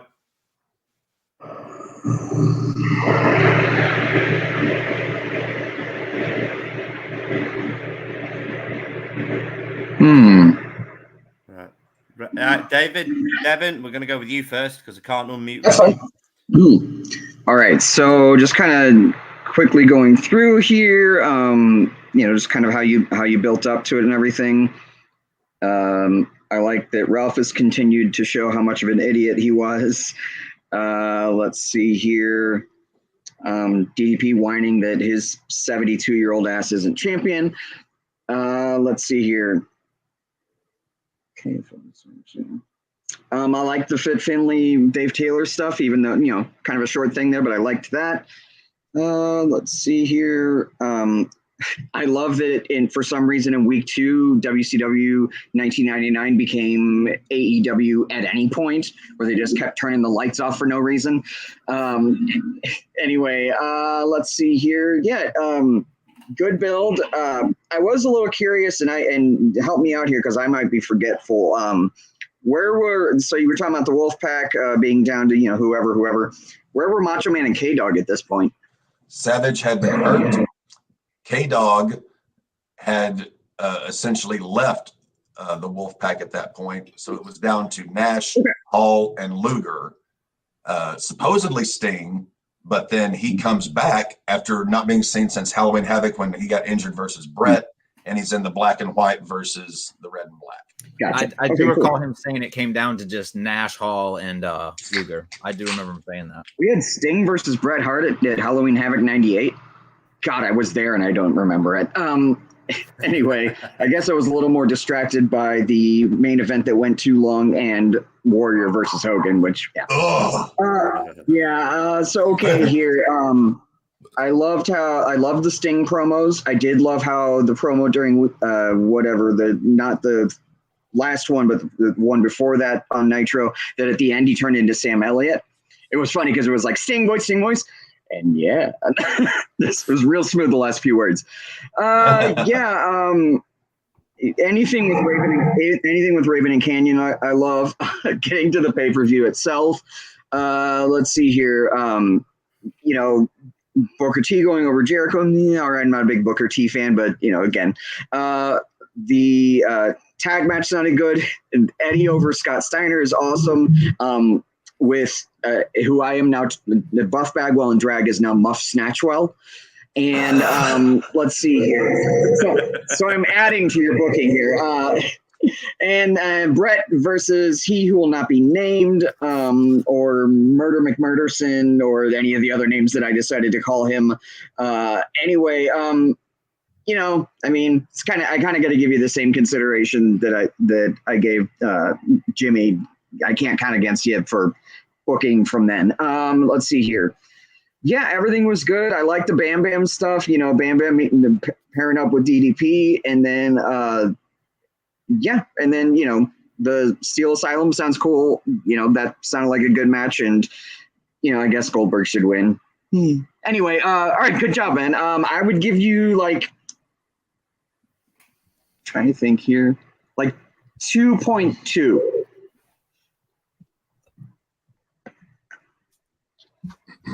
And really, the extra 0.2 there was the ending the pay-per-view with a lead into what was coming after. Okay, Remy, what do you think? I liked how you started off with a bang with the Nash versus Goldberg. Draws attention straight away. Buff and Scotty, I really like that tag team. I did like them together visually and just generally I never really got Buff's character, but it just made sense with Scott Steiner being that cocky buffoon. Do you know what I mean? So I'm glad that you revisited that. Eddie and Chavo, I like any pairing of Eddie and Chavo, be it them fighting, be it Eddie being hard on him.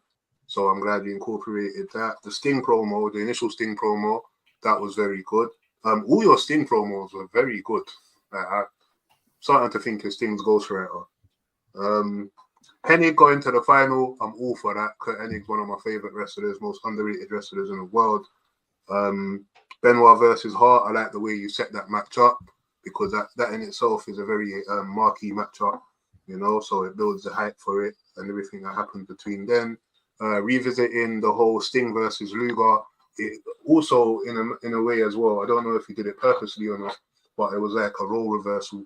Whereas Lex Luger used to question Sting's loyalty, now Sting is the one telling Luger straight up, bro, this isn't you. I very much like that, especially now that Luger was standing in a spot that Sting, he thought Sting was initially 2 years prior to that, 3 years prior, What else? The Asylum cage match. I like that you use your booking power to book new match types. I think that's something that was overlooked. Even myself, I forgot that could be done. So that's another thing. I've got a few notes here. Canyon. You incorporated Canyon. That's always that. You get points for that alone. There's something you both didn't do, and I just looked at the Super Bowl card to make sure I wasn't going crazy. Neither of you incorporated, or maybe I'm wrong, but Conan and Mysterio. I used Mysterio not for the Super Brawl, but I used it during the build. I used it for Mysterio was in the triple threat match for the cruiserweight title. Dean, Ray, and Kidman. Yeah. But I mean, sorry, I meant them as a tag team. Like, I would have liked to have. Yeah, but the Filthy Animals didn't start till July '99. But And Conan was part of the dead weight that I had cut from my NWO, so he was still kind of. But I get what you're saying. That would have been a good tag team to use. Another thing that I said to Jimmy that he didn't do, which I feel like you did, you went into context about the matches, like you gave the finishes, at least. Yeah, the finish. Yeah, you didn't, not like, oh yeah, they locked up there, but you told a story within the matches. Do you know what I mean? Like you still booked the story, you continued the story within the matches and what was happening. Pretty solid. Hogan hulking up, even though he wasn't necessarily a goodie. Obviously, that was going to pop the crowd. It's nice, cool. Yeah, man, some solid stuff. Both of you, some solid stuff. Because of the matches, the promos, I'd give it I'm gonna give it a high 2.4. 2.4. Just to back up Remy a little bit there, I apologize if you mentioned this already, but yeah, Conan and Rey Mysterio actually tagged on that show. Yeah, they did. They were against Hall and Nash in a hair versus mask match. Yes. Right. So that's why. Is that where Mysterio lost his mask? No, that was actually at Super Bowl they had a tag match. It was Nash and Luger versus Ray and Conan. If Ray and Conan lost, Ray had to unmask. If Nash and Luger lost, they put up Elizabeth's hair. Yeah, which we know wasn't going to happen. But then, okay, it was with Elizabeth's hair. And then Rey Mysterio caught Nash the next night on Nitro. They had a one-on-one at Uncensored, and Nash just destroyed him. Yeah. All right. Well, as far as I'm concerned, Cap, that was great. That was really good. I liked your callback to Spring Stampede 1999 between DDP and Hogan. I don't know if anyone else caught that with the figure four around the ring post.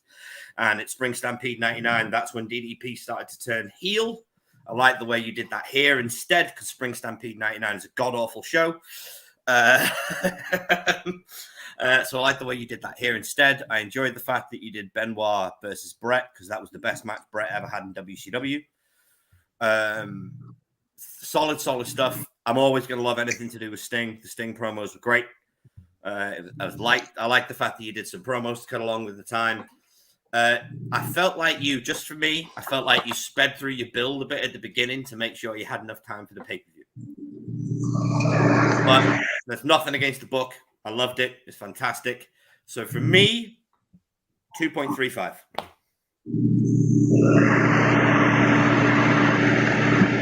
So if I'm seeing that right, we're at 6.95? Correct. So I believe that makes the winner of round one the captain. Oh, Captain, my captain. Captain wins round one. My captain. Okay, gentlemen, let me just reorganize this screen for round two. Okay. Right, I'm in the center. I like this. This works. You still look like a classic Bond villain. Thank you. I just don't have my cat with me today, otherwise the whole thing could be completed. I had a friend tell me recently that I don't look like the Bond end boss. I don't look like a Bond villain, but like one of the henchmen, but not one of the ones that just gets killed. More of an odd job. Yeah, exactly. I'm one of those middle henchmen that actually has a character, but yeah. So apparently that's me. Well, according to Cap, I'm full on Blofeld. So go from there. Right. Well, with the cat, you're full on Blofeld, but without the cat, you could still be a very, very good Bond villain. Even without the cat, you have it.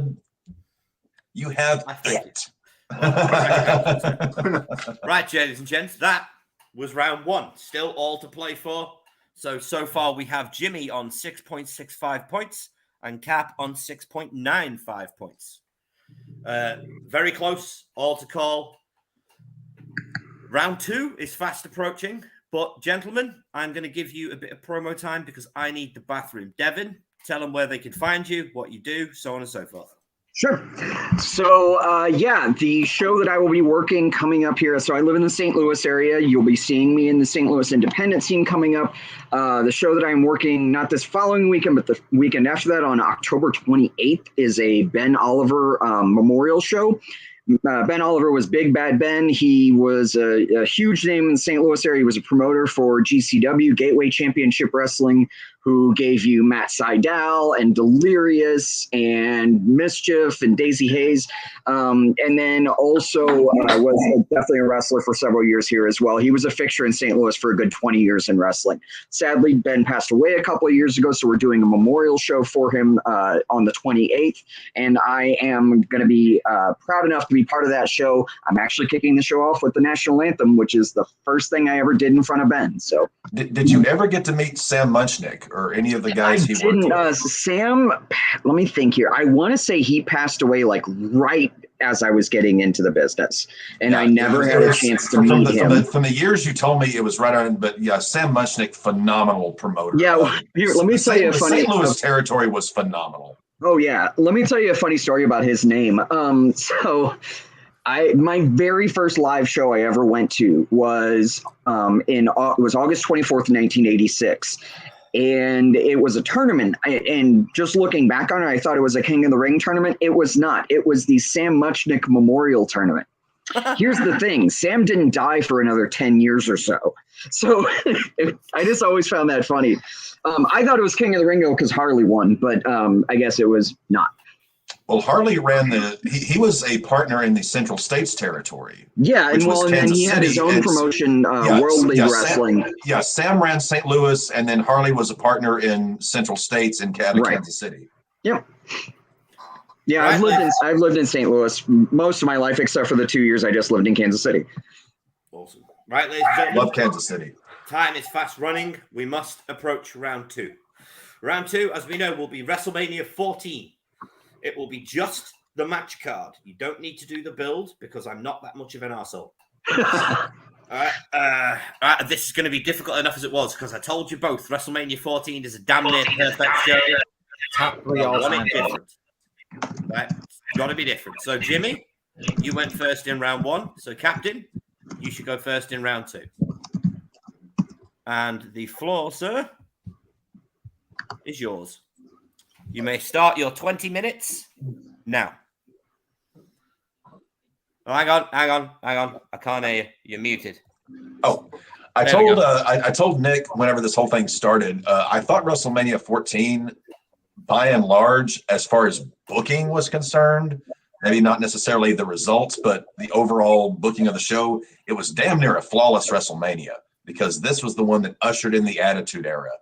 And Kevin Nash and Kevin Sullivan both are noted for saying they said this was the iceberg that WCW struck. I think it was the finger poke of doom, but anywho. First match was a tag team battle royal to determine the number one contenders to the tag team title.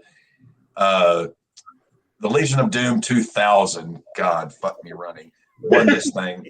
The Legion of Doom, the Road Warriors, that's my favorite tag team of all time. I will hear no dispute about it.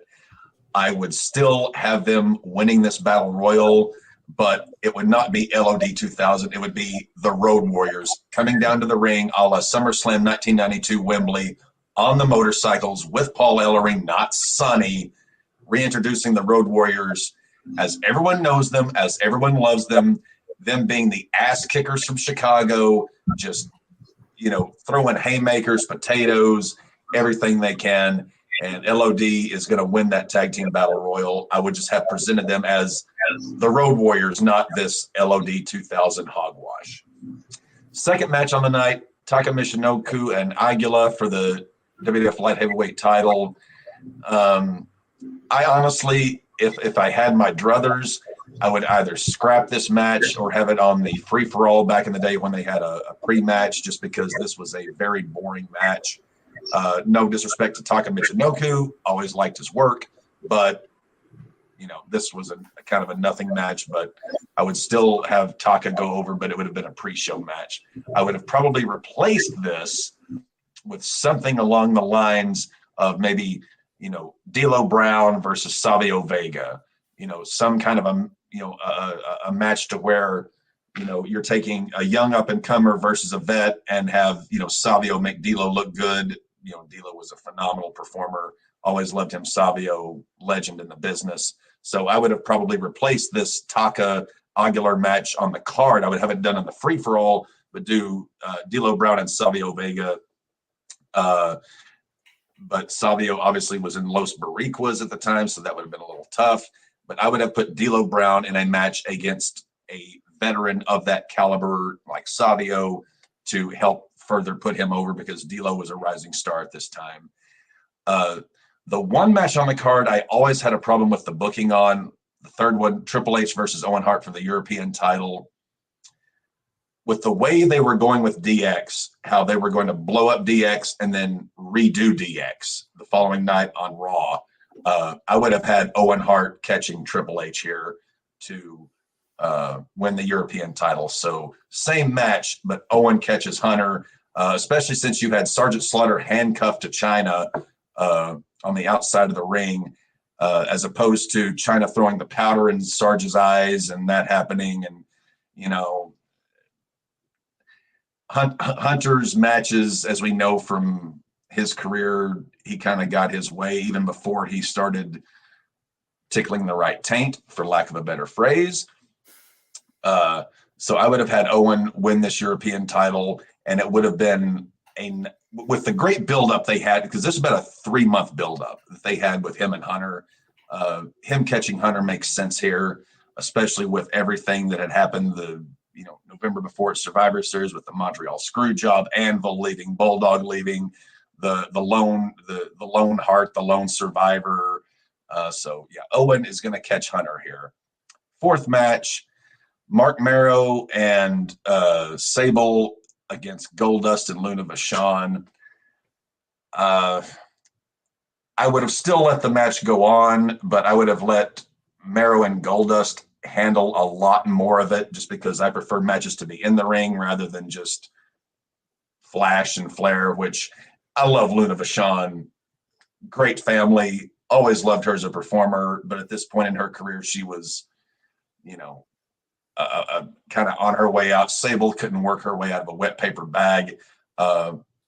Dustin Rhodes, one of the greatest workers the business has ever produced.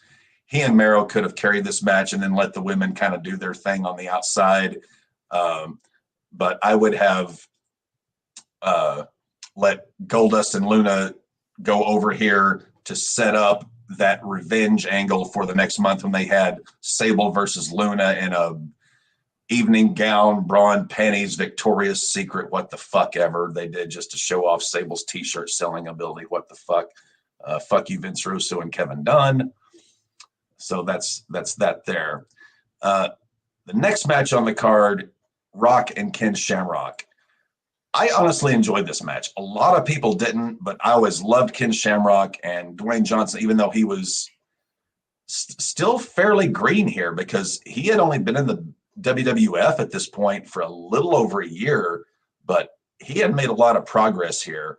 I would still have had him go over Shamrock, but I would have had it been a lot more chicken shit heel, as opposed to the actual way they did it. And the final segment where they had the Nation turning on Farouk, I probably would have, would have done that, because it was time for something new for Ron Simmons.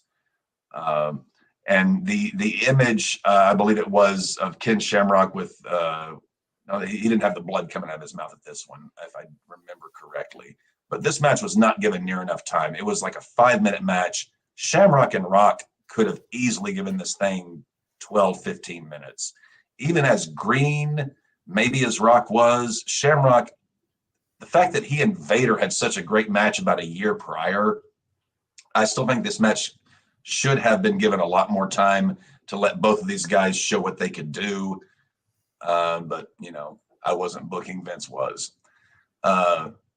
Next match on the card, not a big fan of hardcore, whatever, but I absolutely love me some Terry Funk. I wear a headband when I do shows like this out of a salute to Terry Funk, because Terry Funk is one of the guys who got me into wrestling. when I was just a wee sprout. Funk was one of those guys that was like, I don't understand this guy, but this guy is awesome. I love me some Terry Funk.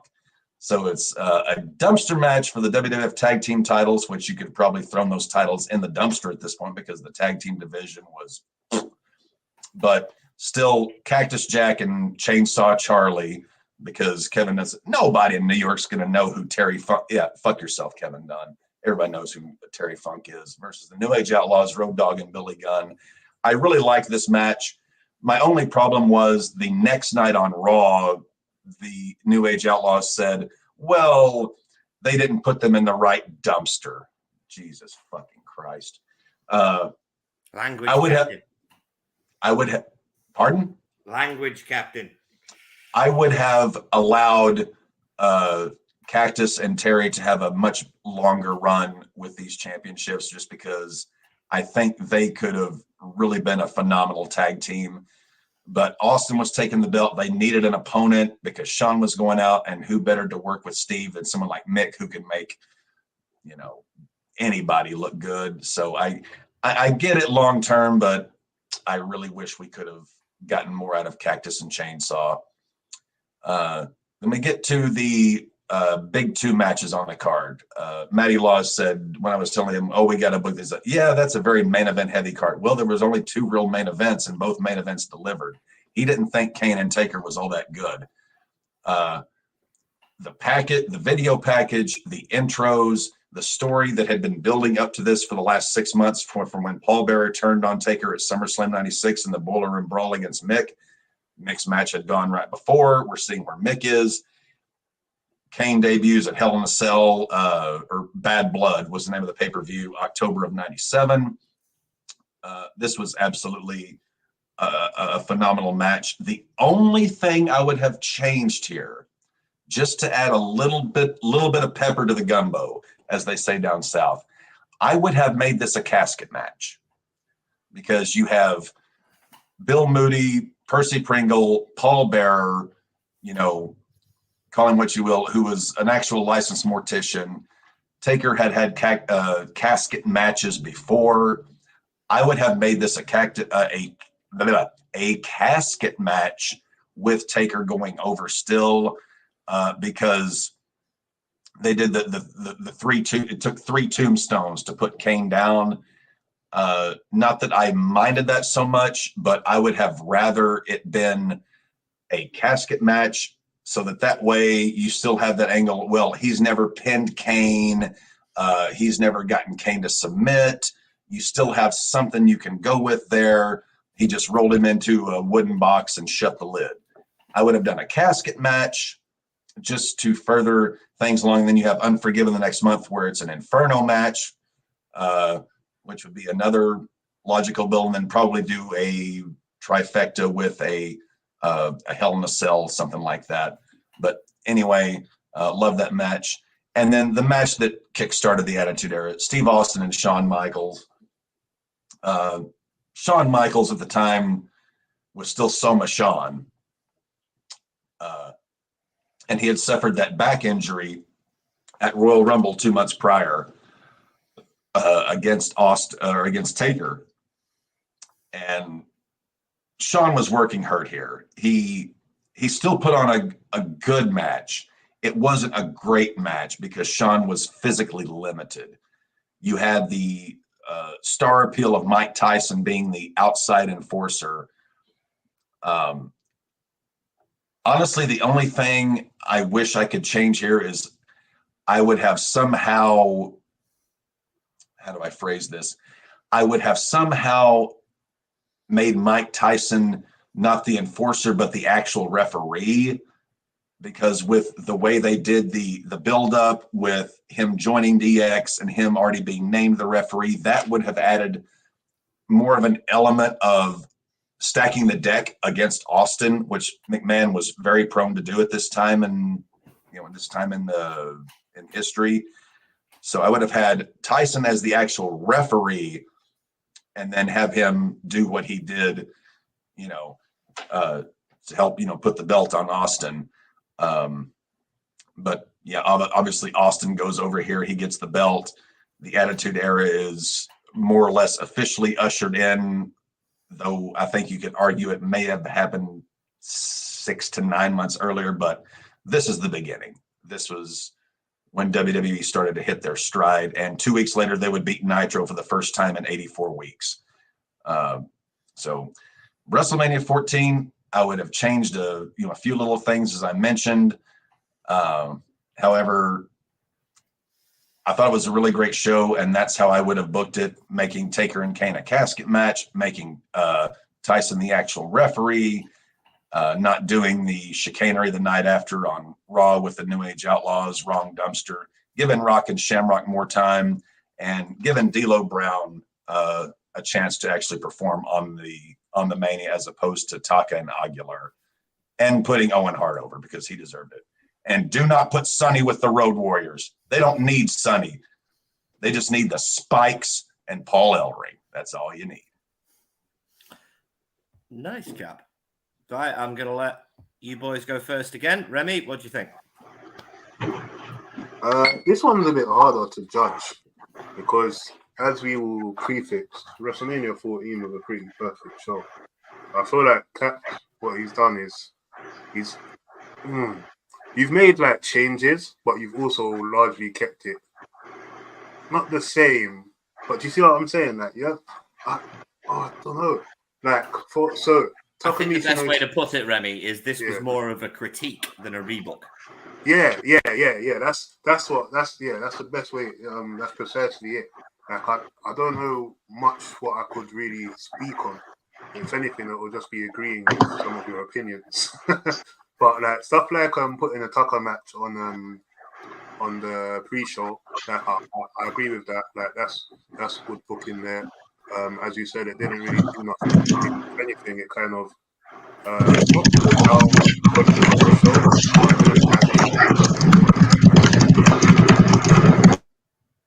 yeah.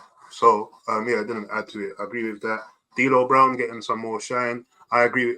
Again, I agree with that as well. I feel like D'Lo, even though that they made him the Euro Continental Champion, they didn't really do nothing with him, and he was very he was very over.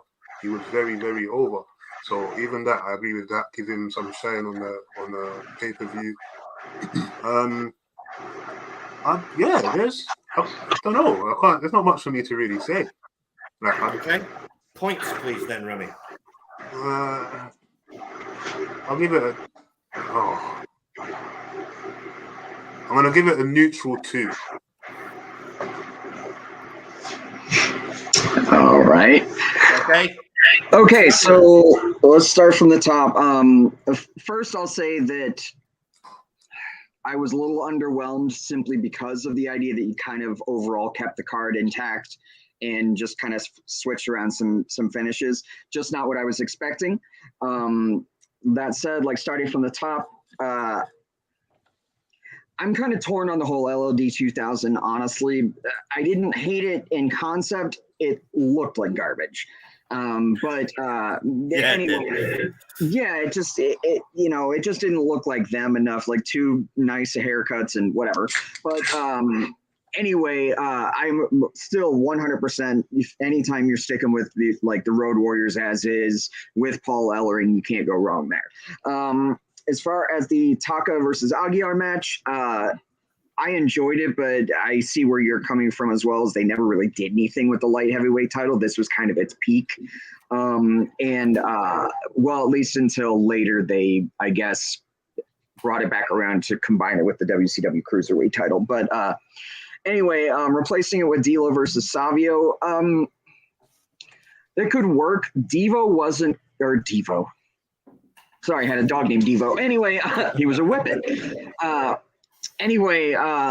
D'Lo wasn't quite at a point where it would have made sense to give him a singles match on any pay-per-view, much less WrestleMania. He'd done some singles stuff, but for the most part, everything he did was within the nation. So he hadn't kind of started to break out on his own.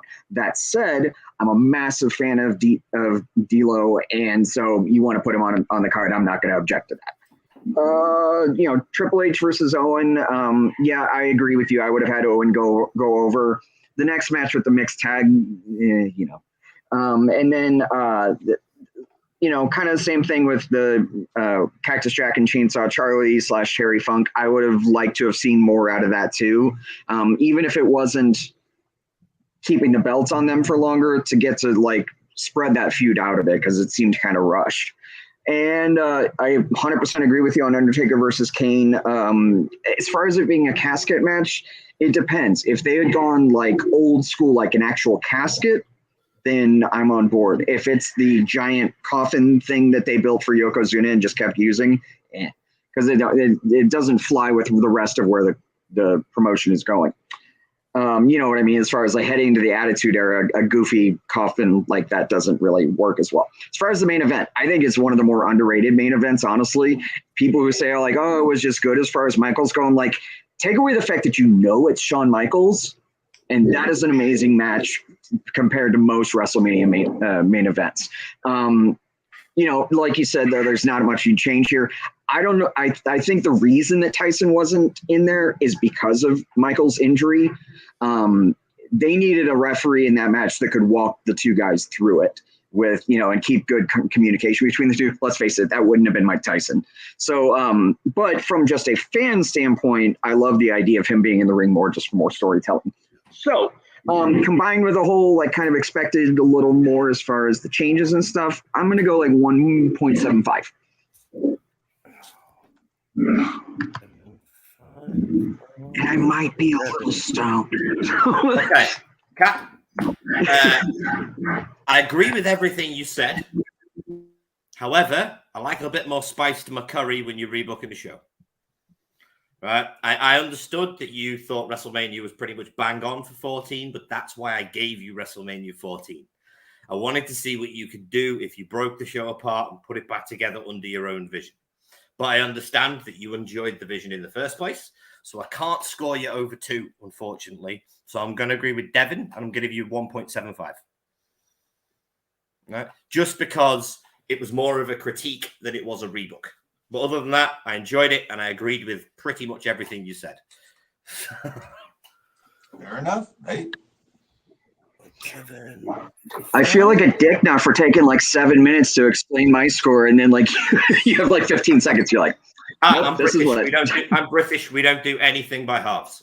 That's it. That's true. We don't. I am a little more. I'm half British what too, was so it? I agree with Nick. I understand. Right. I'm Jimmy, a little more loquacious. are you prepared for WrestleMania 14, sir? I am. Right. You may start in 3, 2, 1, go. I'll just start off by saying I too believe WrestleMania 14 was a damn near perfect show. It is a top 3 WrestleMania all time for me.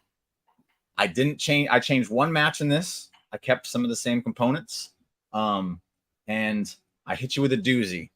But I'm gonna break it down for you. We're starting off with the tag team battle royal, like in the regular one. I'm changing one of the rules. Both members need to be eliminated, not just one. Both members need to be thrown over for them to lose. As the match starts, LOD's music hits. They don't have Sonny. Me and Cap were on the same page there. They have their shoulder pads, but they are LOD. That was Vince. I'm not gonna change up too much on that. And they don't have those stupid motorcycle helmets. That get rid of them. Chaos. Just complete chaos through the match. I'm gonna go basically bring it down to the last 3 teams in the match. It's LOD.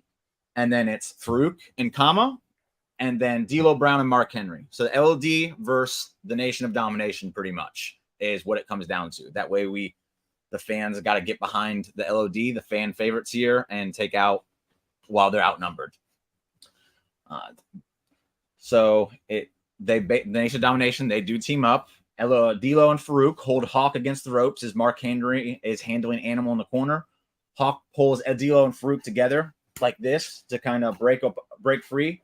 At this time, Kama was coming running at him to hit him with a big boot over the ropes, but Hawk ducks it because he just broke free, throws Kama over. It's now 3-on-2. Mark Henry leaves Animal and goes after Hawk. He starts to beat him down in the corner. Farouk comes over to help, and then D'Lo goes over and grabs Animal by the back of the head and tries to throw him over the top rope. But at the last second, Animal, he reverses it, grabs D'Lo's head. He throws him over the top rope. We're down to LOD versus Farouk and Mark Henry, 1 member from each team. But since they're both on Nation Domination, it's still 2-on-2. Animal saves Hawk and then starts to take it to both members of the Nation of Domination. The numbers game comes into play, though, and Farouk is able to rock Animal with a right that allows Henry to start fighting back as well. They double team Animal as they try to throw him over the top rope, but Hawk comes over and pulls Animal back down to the mat. Farouk hits Hawk with a right hand and then tries to whip Hawk into the ropes, but he gets reversed, and Hawk bum rushes Farouk to hit him with a nasty clothesline. Is the second Farouk turns around. It's a bam bam boom like that. Farouk bounces over the ropes and he's gone. Mark Henry is now all by himself, which means the LOD it's only a matter of time at this point. They wear him down, and just to get that extra pop, they're going to hit him with the Doomsday Device. They hit Mark Henry with the Doomsday Device and then both pick him up, throw him over the top. LOD stands tall over all the tag teams like they should, and they are now your number 1 contenders for the tag team titles. Taka Michinoku versus Agia for the lightweight championship. I'm leaving it here because the second match on the card tends to be that one that kind of brings you back down from the excitement of the first one. The one thing I do change about this is I let these guys go a little bit. I don't restrict them. I say, go. Just go do your thing, and I give them about 5 more minutes to put on a show. Taka Michinoku still wins this. I'm not going to get too much into it because, again, it's not anybody's favorite match on the card, but I'm leaving it. Triple H versus Owen Hart for the European title. I'm keeping the Sergeant Slaughter handcuffed to China stipulation because I feel like it was important based on the build-up to this show. Okay.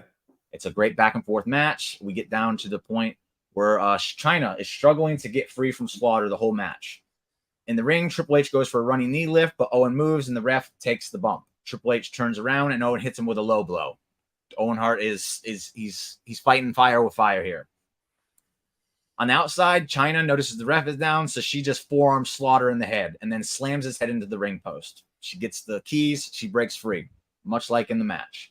She enters the ring and gets in Owen's face. He laughs at her, though, and he tries to turn around, but China spins him around, and before she can even go for a forearm, Owen grabs her by the legs, drops her, and puts her in the sharpshooter. As China is just struggling to get free, Owen is just grinning from ear to ear. He's loving this. He's been waiting to get his hands on her for a while, and he's wrenching down that sharpshooter. He's really sitting down deep in it. So much so that he completely forgets he's in a match with Triple H at this point. And Triple H has recovered. He saves China by coming over and hitting the knee to the face. I don't know what the move's called. I'm sorry, but you know what I'm talking about. He grabs his head, jumps, knee to the face, drops Owen, breaks the hold. Owen collapses, and then Triple H helps China out of the ring. He rolls her out so there's no kerfuffle when the ref gets up. And then he picks him up, he hits him with the pedigree, and he pins Owen Hart 1, 2, 3 to retain his European Championship. The next match was Sable and Mark Mero versus Luna and Goldust. No, it's not. I'm doing Sable versus Luna because I'm giving the woman a match on this show. This is about the time when we started getting into the women doing things a little bit more, whether it be the nightgown matches or whatever. They were still getting more time here, and I'm doing that here. Mark Mero and Goldust didn't need this moment. The match was nothing for them. Sable and Luna are getting it. Luna has her way with Sable for most of this match. She's cackling the whole time. She's enjoying just hurting Sable. When Sable starts to come back, she bounces off the ropes. But Goldust trips her feet up as she bounces off the ropes, which causes Mark Mero to come around to jump on the apron to complain. The ref is distracted. As Sable fusses with the Goldust on the outside, she turns around. Luna comes over and scratches her eyes across her pretty little face. She then drops Sable down and starts just rubbing her face into the mat because she wants to make Sable ugly. As the match goes, Sable starts to fight back again, and Luna tries to run. She tries to escape on the outside. Sable chases. Luna slides back in the ring and grabs the referee. This allows Goldust to grab Sable's leg as she tries to slide in. Sable looks back to see what's happening and kicks Goldust to break free. At this time, Mark Mero is now back around the corner, and he attacks Goldust, and the ref is once again distracted, telling them to stop. At this time, Luna is taking off the turnbuckle pad. She turns back to focus on Sable. Luna grabs Sable, who is still getting up, and but as she's picking her up, Sable hits her with a chin buster. Sable then tries to whip Luna into the corner with the exposed turnbuckle, but Luna slides down to avoid it. Sable runs at her to trying to knock her off the apron, and Luna moves. But Sable catches herself before she runs into the exposed turnbuckle as well. Luna is now on the apron. She reaches over and grabs Sable's ponytail, which she had that long ponytail down. She grabs it and then jumps off the apron, which basically hits Sable over the under the turnbuckle, the exposed turnbuckle. She then jumps, which catapults Sable's face right into the exposed turnbuckle. Miro and Goldust have been separated by security. Luna slides back in the ring and she pins Sable as the referee turns around, and we get the 1, 2, 3 to give Luna Vachon the moment she always deserved. Next up, The Rock versus Ken Shamrock, the Nation of Domination banned from ringside. The Rock exits the ring as soon as the match starts. He wants nothing to do with it. He walks, grabs his title, waves Shamrock off, and starts to just leave as the ref starts to count to 10. Shamrock, already just like that, loses his mind and immediately chases after The Rock. But before he can get to the ramp, Rock, who hadn't quite made it up to the ramp yet, slides back in the ring. Shamrock slides back in after him. Rock tosses the belt to Shamrock. Shamrock catches it. Rock then just dares him to use it. Shamrock, who's now in his zone, thinks about it. And as he's thinking about it, looking at the title, The Rock blindsides him with a right hand that backs Shamrock into the corner. After dropping the belt, The Rock controls the next few minutes. The ref gets the belt out of the ring. He takes his time dealing out punishment to Shamrock. Shamrock, though, starts to fight back eventually and get the upper hand, which causes The Rock to retreat again. After a few seconds, he has regained his composure. He looks up at Shamrock, who is starting to become unhinged even more. He's slamming his fist into his face and just begging The Rock to get back in the ring. The Rock looks over to the announce booth. He's looking and looking. He looks at Shamrock again, and then he looks back over. He walks over to the corner. He grabs a steel chair. He takes it in the ring, and as he gets up, the ref takes it from him. As the ref throws it out of the ring, Shamrock bum rushes The Rock, but Rocky kicks him down low, and then he hits a DDP. He makes the pin, but Shamrock kicks out. Rock gets up and starts kicking Shamrock while he's down. After a few boots, Shamrock finally grabs onto one of his legs, sweeps Rock, gets on his feet, and he now has the ankle lock applied to the Rock. Rock is struggling. He doesn't want to tap, but he's on the verge of tapping. He finally gets to the rope, but Shamrock is in his zone, and he has no intentions of letting go. As the ref is arguing with Shamrock, The Rock does a roll that not only breaks the hold, but sends Shamrock outside the ring. He lands next to the chair that The Rock had brought in prior, and The Rock points to it to try and convince Shamrock to use it. Ken thinks about it and thinks about it some more. He lets out a scream before picking it up. Rock is now at his feet and backtracks to give Ken room to get into the ring. He slides in, but the ref immediately takes the chair from him. Shamrock is furious and starts yelling at the ref as he throws it, but when he turns back around, The Rock is there, rock bottom. The ref, he pins him. The ref counts 1, 2, 3. Winner and still champion, The Rock. The New Age Outlaws versus Cactus Jack and Chainsaw Charlie dumpster match for the tag titles. This match doesn't start in the ring. The camera's cut backstage and they're already fighting. They're duking out in the parking lot. Billy Gunn and Road Dogg throw Charlie through the window of a car. They then set their sights on Cactus as he is stumbling in through the doors of the building. The Outlaws follow him in, and they hit him with a double suplex onto the concrete hallway. As Road Dogg starts stomping away at Cactus Jack, Billy Gunn starts to barricade the door with crates, tables, chairs, anything else he can find. You hear Road Dogg tell him to lock the door, dummy, and Billy Gunn just reaches over, twists the lock, locks the door. Where am I at? Sorry. Gunn then starts to help Road Dogg as they double team Cactus. They find themselves in one of the locker rooms. Gunn slams a chair over the back of Cactus multiple times while Road Dogg clears off a table that's conveniently in the room. Gunn drops the chair and looks to help Road Dogg as he puts Cactus between his legs, looking like they're going to go for a power bomb while standing in front of the table. Before they can, they hear the sound of a chainsaw in the distance. The Outlaws look at each other and they look around. They look a little bit shook.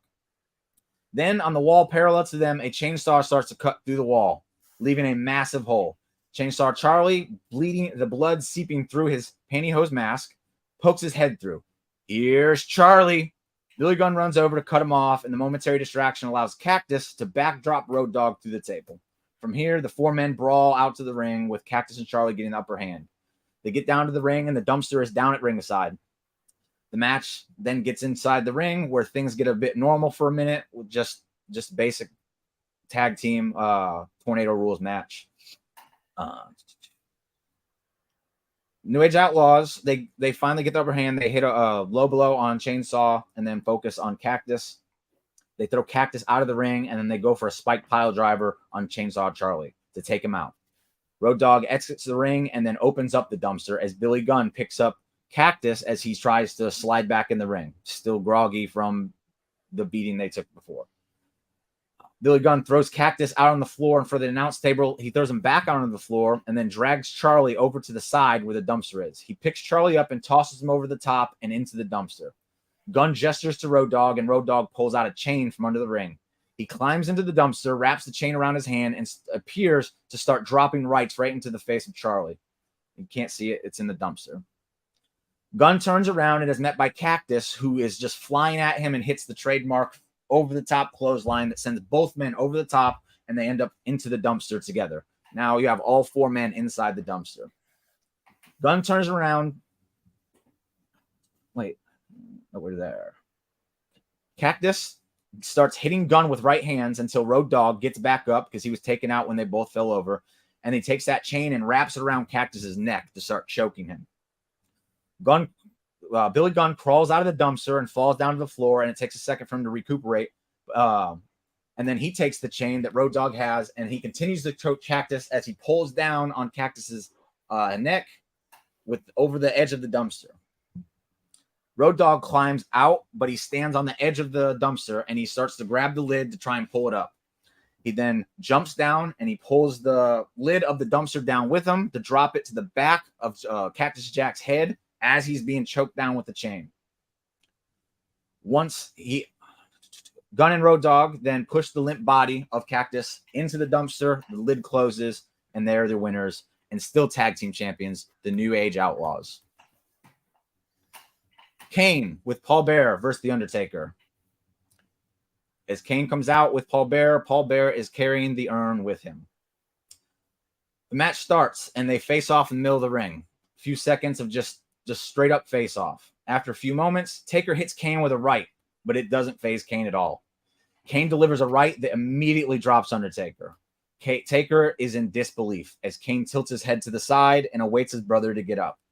Undertaker gets up and ducks the next right from Kane and then unloads with a flurry of punches to the midsection that slowly backs Kane into the corner. Kane, unfazed, grabs Undertaker with both hands around his throat and then tosses Undertaker over the top rope and down to the floor.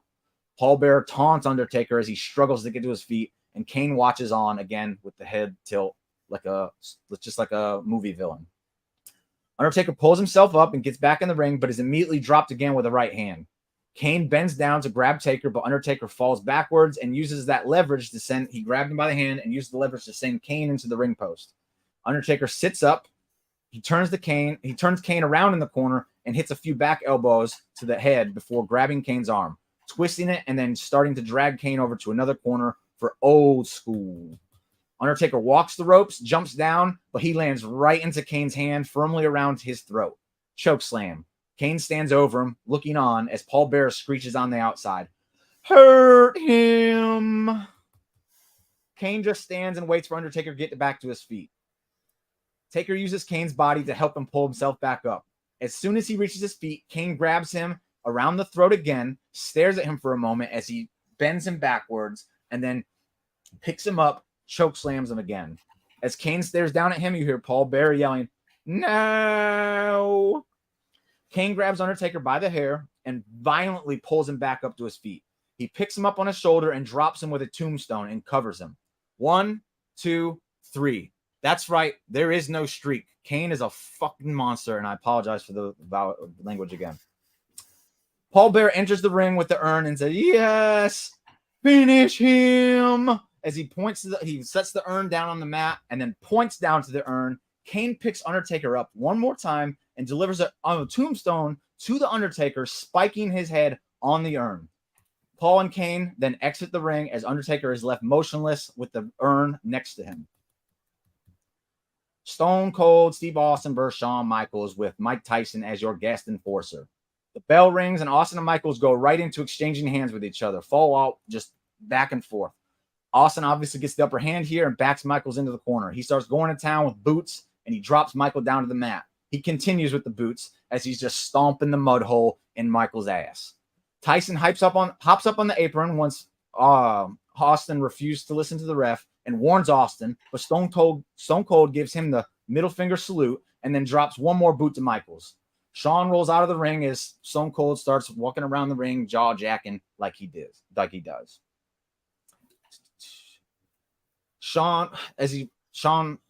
They huddle up. Shawn, Mike Tyson, and Triple H all huddle up with each other for a moment before Michaels re-enters the ring.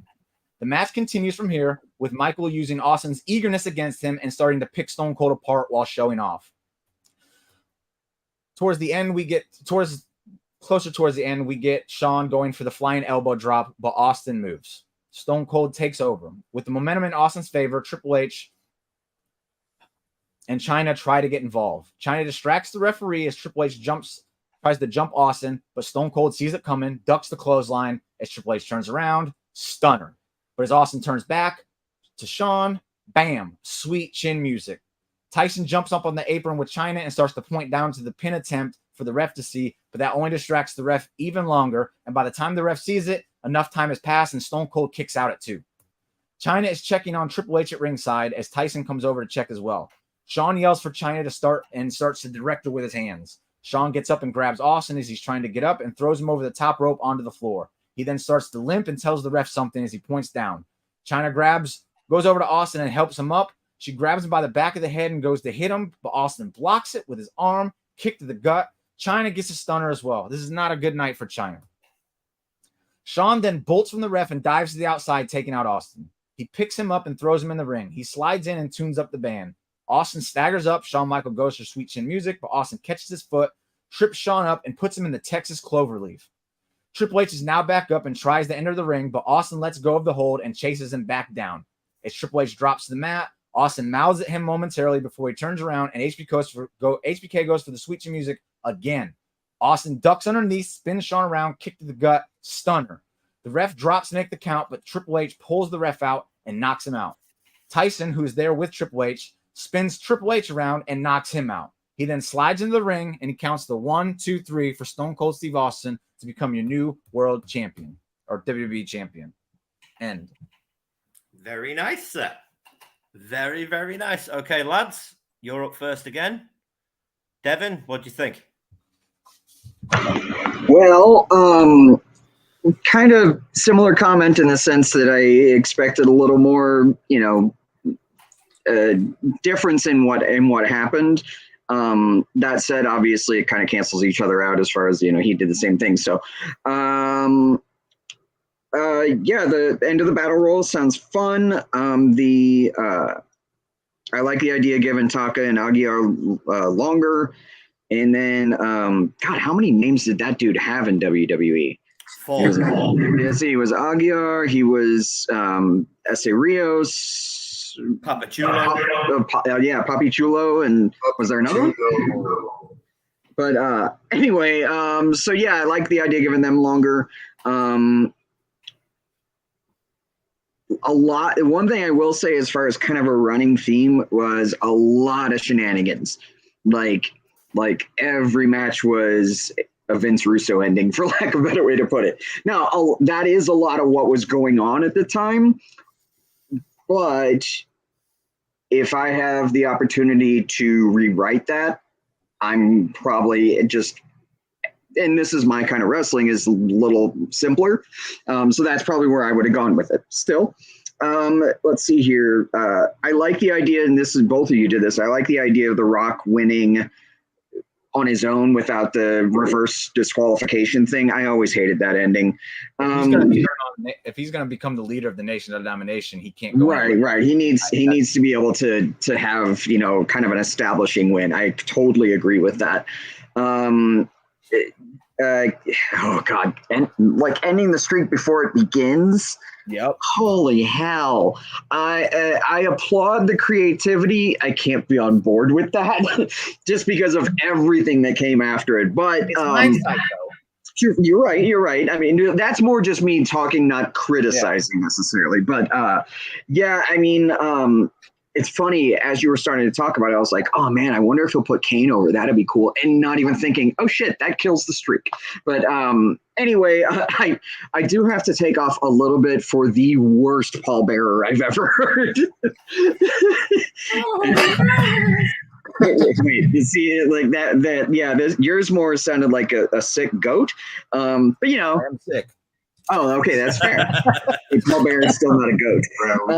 Anyway, main events, kind of the same comments, like just way too much shenanigans for my taste. But yeah, I mean, you know, that's so honestly, just kind of all of that put together. I kind of felt the same about both. So 1.75. 1.75 from Devin. All of that to lead into the biggest cop out ever. So, have fun. Remy, what do you think?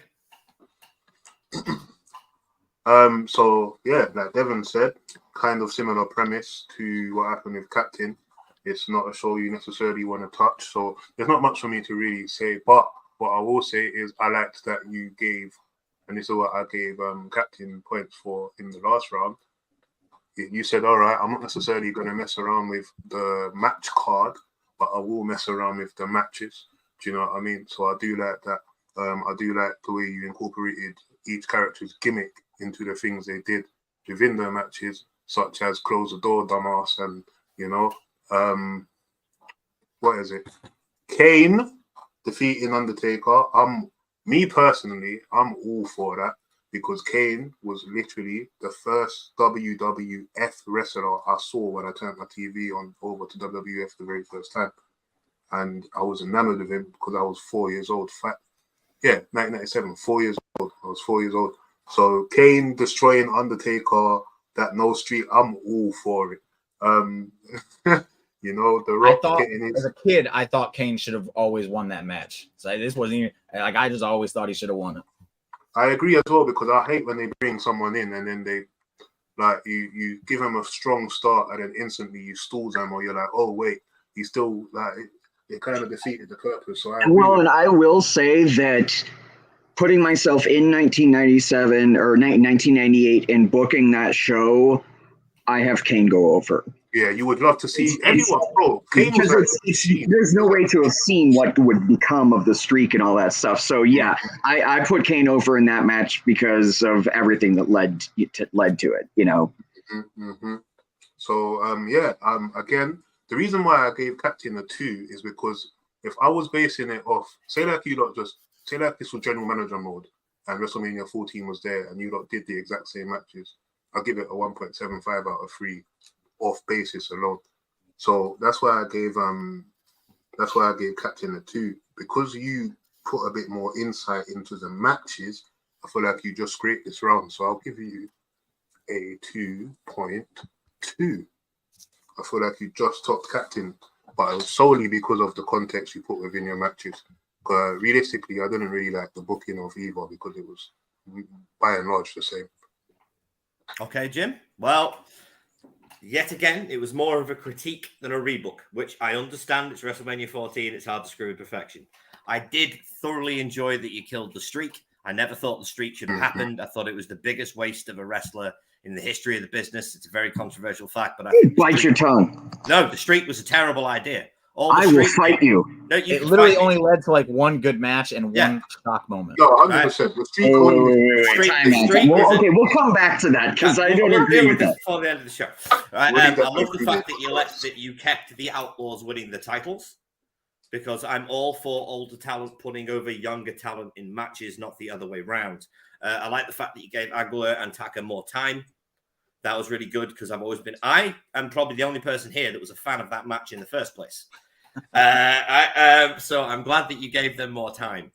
However, I cannot give you too much of a high score because it was just a critique. So I am going to give you a 2.1. Which, if my maths are correct... 6.05, I believe. It's 6.05 to Cap's 5.5. Jimmy takes round 2. Hey. So it is all still to play for, gentlemen, in the final round. The grudge match. It is. This is going exactly how I wanted it to. So now I have to say, be careful with this show. I was there, so I want to make sure you're giving me something as good as I got. You got absolute codswallop at Raw 1000, so I don't think they can do any worse. I was just about to say, guys, you got a You got a task ahead of you because Wait. I'd have to go look that. I don't recall that being true. But still, I thought Raw that's 1000 fine. was horrible. I hated Raw 1000. You know, honestly, most of my Raw 1000 memories are from like meeting a bunch of those guys at the airport the day before. Yes, I've been one of those fans at times. I will say this. The wrestlers that are around there, I have never met anybody that was an asshole about it. They either say politely no and you leave them alone, or they say, yeah, come on over, you know, and I always hang back to see what they're going to say. But I don't think doing that is wrong in and of itself. The people that take like a suitcase full of stuff for them to sign, no, not okay with me. Anybody who pushes in front of kids, not okay with me. I've actually gotten into altercations with people. Interestingly enough, on that show, the guy that CM Punk got in an altercation with, and you guys might have heard of this, where he ended up taking the guy's backpack and throwing it in the trash. That was that weekend or that week. And I was right there when it happened. And I've actually gotten into fights with that guy. Not fights, but like I've gotten into arguments with that guy because he'll push himself in front of kids and stuff. Anyway, so yeah, like, but my point is my memories of that are a lot tied to like meeting Sergeant Slaughter and Sid and all those guys during, you know. Okay, gentlemen. Coin flip to decide who goes first. Captain, you called the first coin flip, so I will let Jimmy call this one. Jimmy, heads or tails?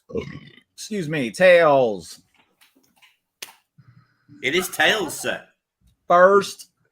Okay. Gents, do you want a minute to get the match card up so you know what you're rebooking? I'm good. Cap? Is muted. You've muted yourself, Captain. I already have the match card up, though I would prefer a couple of quick minutes to obtain some nicotine in my veins. That is absolutely fine, gentlemen. We shall take a 2 minutes hiatus. All right, Jim. Please tell the people where they can find you and what you do. Positively Awesome Wrestling on YouTube every Sunday night with my main mans Tidy and Albert. We just talk about the fun and good stuff that we love about wrestling.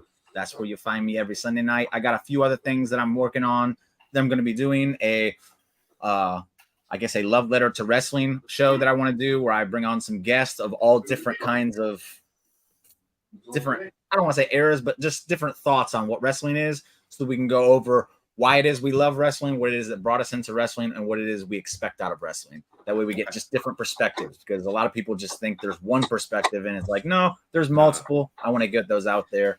And yeah, that's about it for right now. I just got a few things working, and that's it. Okay. Ladies and gentlemen, I will take this couple of minutes to say, if you enjoy what we do here at Wrestling Legion, if you like the content we're putting out, please subscribe to the channel and join the Legion. It really helps us out. It's the only way the YouTube algorithm knows we exist. And look at this face. Do you want to upset this face? No, no one wants to upset this face. He's a fellow Brit. Exactly. And if you made it to this far through the video, it must be worth leaving a like. Please, like I said, it really helps us out. And I really appreciate it. That's fantastic. Right. Nick, am I allowed to plug myself on here? You can plug yourself all you like, Remy. Go for it. Can I just say, guys, yeah, I'm part of a collective called Crew Day.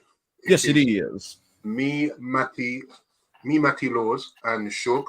We also have coming in often KB and Davey, who is in the chat somewhere. The Oracle. Yes, he is. Captain has been in some of our podcasts as well. We usually do a stream every Thursday night at, I don't know, what would 2 a.m. be for Americans, Nick? Where are you at, 2 man? a.m. for Americans is, let me think, it was 4:30. Well, okay, if you assuming you're in the UK, then you're looking at it's a 6-hour difference. But I'm in Central, so it's 8 hours difference for Central. Yeah, see, because for Shug, it's 6 hours. I'm sorry, 8 o'clock Central. I was like, It's crazy, but yeah. So we do watch-alongs on PLEs. Sometimes we just do general podcasts with questions. We'll talk about like the contracts or the signings, etc. It's every Thursday, and you can find me on Twitter or the X by typing in my name, Remy Soul Sav, which should be here somewhere under my. I'll just type it. But yeah, Just to, that's all. And you guys, man, I would like to have you lot in there. That's why the reason why I brought it up is because you lot in here, I would like for you lot to come in. anytime, Whatever, Remy. Street Just let me know. Hit Fighter. me up on Twitter, and I will be Yeah, there. definitely. I need all your socials, man. Yeah. Right. Also, I'd just like to address this question in the chat. Yes. For those of you that don't know, I am schizophrenic. Oh, okay. Yeah. So if you don't know, I'm schizophrenic. So That's me. So yeah, we should talk because I have bipolar disorder. I'm actually being tested for autism. So there And could I be. am an absolute depressive, so And me too. I'm depressed. And There used to be a podcast. Tom DeRosa used to do a podcast called Wrestling with Depression, and that's what it was. And they stopped doing that like 7 years ago. So I thought maybe it'd be time to pick it up. happily, just hit me up. My handle's right there on the screen, man. You want to talk? Let me know. a quick plug for the Raw Ball podcast. Our numero uno charity is the Suicide Prevention Hotline, #988. If anyone watching has enjoyed our show, please, if you are able to, donate to that charity. We do an annual fundraiser every year for that wonderful cause. If any of you have issues with mental health, debating, that type of thing, someone is always able to listen on your phone, #988. There are people standing by 24 hours a day to help you out. No life is worth losing. Agreed. Right, but ladies and gentlemen, we are fast approaching the end of this show because we have one round remaining.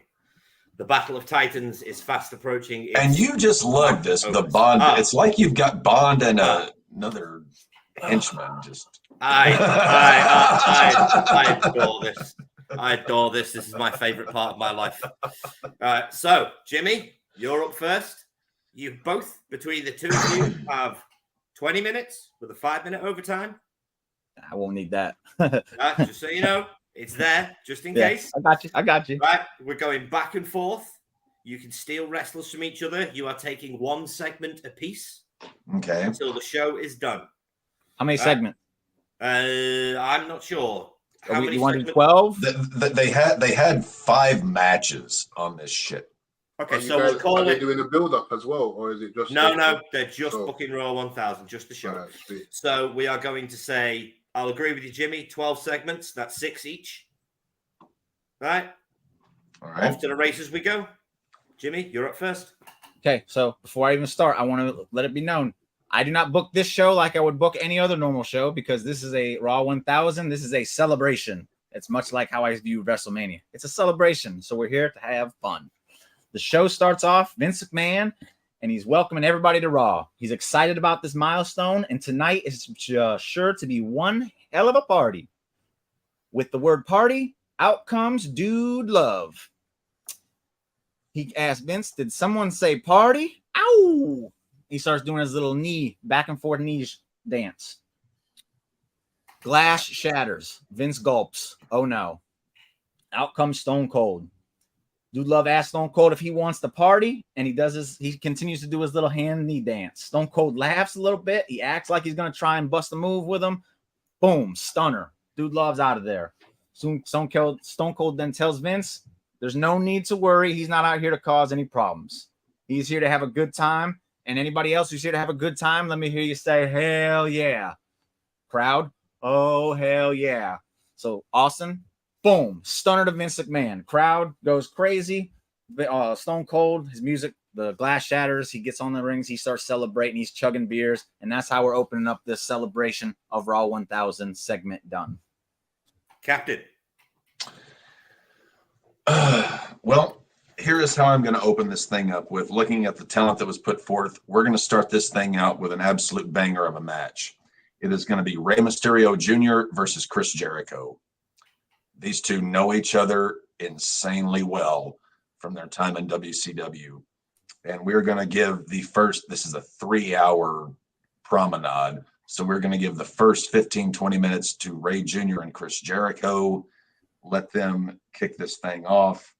And ultimately, Rey Jr. is going to catch Jericho with the 619 because Ray Jr. is awesome and Jericho is working heel at this point, and we're just gonna, let Jericho drift off and add him to the list, as we may say. But yeah, I'm starting off with Ray Jr. and Chris Jericho.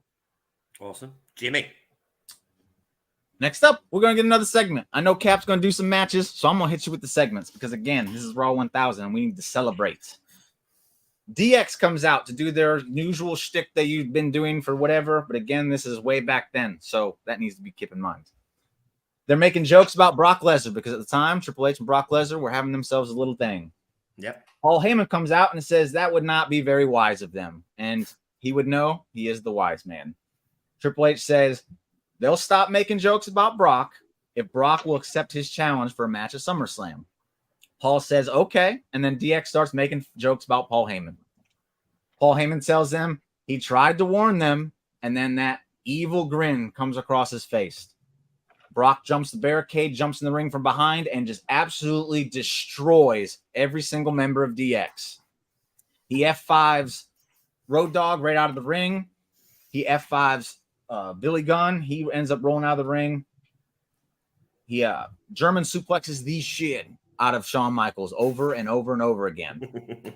This leaves Triple H. He finally gets back up, and then he belly-to-belly suplexes him, gets on top of him, starts dropping forearms into his head, picks him up, F5s him. He then picks up the microphone that they had, looks down at Triple H and says, I'll see you at SummerSlam, bitch. Drops the mic, leaves. End segment. Very, very nice. Captain. Segment 2, in an era in which WWE has devolved into talk show segments, we're going to do the original best there is, best there was, and best there ever will be talk show segment. It's Piper's Pit. Roddy Piper comes down to the ring for a Piper's Pit with Dolph Ziggler.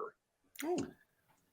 Piper does his normal thing with Ziggler and says, here it is. It's Raw 1000. Ziggler, you want to set a precedent. You want to make a mark. You want to try and establish your place. Well, I got someone back there that absolutely wants to get a piece of you, but it's not he, it's she. Lita comes down to the ring, and we are going to have a match between Lita and Dolph Ziggler, impromptu right there in the ring, and Lita is going to catch Ziggler. He is going to sell for her. She's going to do the moonsault and sell as only Ziggler can. I was having this conversation with Maddie earlier in the day. We were kind of talking about Kurt Hennig and Dolph Ziggler. Dolph Ziggler may be the modern day Kurt Hennig as far as his ability to sell, and the fact that it's Piper, it's a Piper's Pit, it's Raw 1000.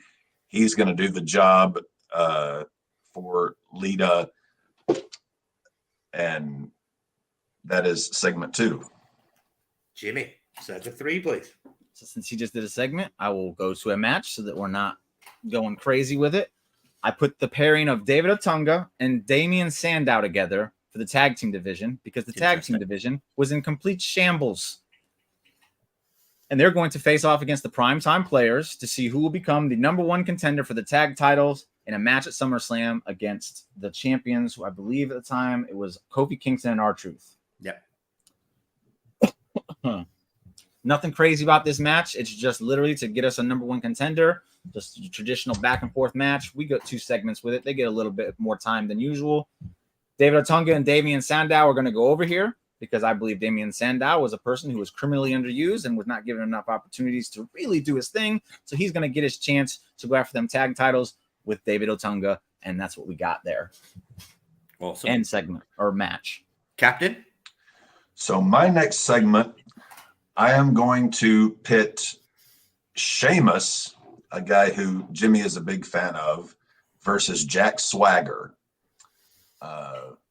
Jack Swagger, I always liked his work and wished he would have gotten more of a go. I think he was kind of a fish out of water, more or less, at this point in the business. So I'm going to have Sheamus and Jack Swagger have a Ron Simmons, John Bradshaw Layfield contest here and let them just beat the living hell out of each other for a good little while. And at this point, it's 2012. Excuse me. At this point, Sheamus still had legs before he got ruined. And I'm having Sheamus catch Jack Swagger here, even though it is going to be a bang up, as they say. But yeah, I love Sheamus at this point, so I'm having him go over in this segment. Jimmy, segment 4. Next up, we get the wedding of Daniel Bryan and AJ Lee. Only thing I'm changing here is Slick. As much as I like Slick, he's not the officiant here. We're going to get Mankind. Mankind will be the officiant here because he's a little bit crazy, just like AJ Lee. He starts it off by doing the cheap St. Louis pop because that's what Mick does. Mm-hmm. When we get to the I do's, Daniel Bryan, yes, yes, yes. AJ Lee, no, no, no. I changed my mind. I got something better to do. And then she drops her bouquet and just starts skipping around the ring like crazy AJ Lee does. Daniel Bryan is losing his freaking mind. He grabs AJ Lee, spins her around, and asks her what the heck this is all about. To which Mankind pulls out Mr. Sacco behind him, spins him around, puts Mr. Sacco on him, drops him as AJ Lee bends over and says, "Have a nice day," and then skips around some more, out of the ring, skips up the ramp, and segment. Nice. Captain, segment, your 4th segment, please. For this, we are going to do a Legends Battle Royal, but we're going to do things a little bit differently here. We know we got a 3-hour show to fill. So here's what we're going to do. We are going to introduce these legends in chronological order. The legends from, Bob Backlund, Sergeant Slaughter, Roddy Piper, Doink the Clown, Rikishi, Farouk, Sid Vicious, Sid Justice, whatever. It's vicious. Yeah, it's Sid Vicious. We're going to have a 20 legend battle royal, but we're going to introduce every single one of them in chronological order of sort of their time period in the history of WWEF, whatever. And once they, all get in the ring, let them have at it. They're not going to be throwing potatoes. It's going to be, a fairly, ceremonial affair. But at the end of the day, we are going to have the one and only Bob Backlund coming out ahead of this. And this is going to tie in with our main event of the evening. But Bob Backlund wins the Raw Legends Battle Royal, 20-man in chronological order introduced. Bob Backlund, the crazy man from Stam Mam, is going to win your battle royal and maybe just run for president in 2024. Before we go on, can I add one thing to that match just for continuity's sake? If you want. Can Cactus Jack be part of that? Sure, we've had We've two faces. Why not a third? I just want to add that. I would have no problem there. All right, there we go. All right, Awesome. All right, But it said a 20 Legends Battle Royal introduced in chronological order of their eras, more or less. I like that. Oh, I think it would be great if he never goes to the back, and then once the battle royal is being introduced, then he just takes his stuff off and he's Cactus Jack. that works. I had him booked for a match, but Cap used my people, so I had to scrap that. Now that helps. Number right. 5, please, Chip. We get Layla, the Divas champion, taking on Caitlyn in a match. Typical Divas match. We just got to get the ladies on the show. That's what I want to do. Layla retains over Caitlyn. After the match, though, here comes AJ Lee. and she brutally just attacks Layla. And the commentators make sure to put over, oh, this must be that other thing that AJ Lee said she had to do when she left the wedding earlier. She takes the title, she lays it over Layla, and then skips back to the back, and that's end match and segment. All right. In a match that was supposed to take place but became a hoonanny, it was going to be Kane versus Jinder Mahal. We are going to start out with Kane and Jinder Mahal, and Jinder Mahal's entourage. After it appears Mahal is no match for Kane, they start attacking him. Who else is going to save Kane? It's Raw 1000. It's The Undertaker. He comes out, cleans house with Kane. It's a thrown out no contest, but we still get the image of Kane and Taker delivering the stereo choke slams and tombstones, because it's Raw, and Taker and Kane had been a part of so many fantastic Monday Night Raws. It's not going to be the insanity that we may have seen, but it'll be a legit match between Kane and Mahal for a while, and then when the minions attack, out comes Taker, and he and the Brothers of Destruction clean house.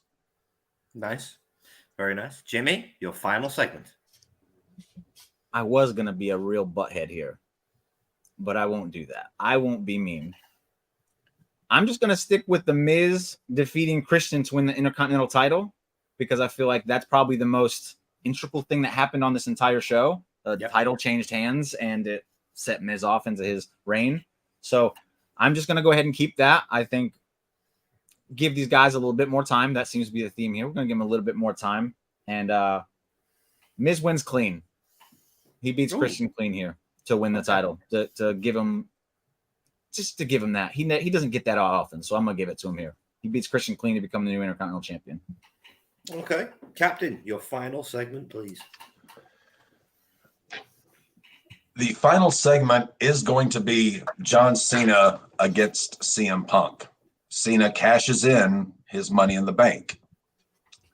However, Punk is going to use some chicanery. He's going to be making the heel turn that he was making at this point, and he is going to catch Cena in the go to sleep and end Cena's Money in the Bank quest.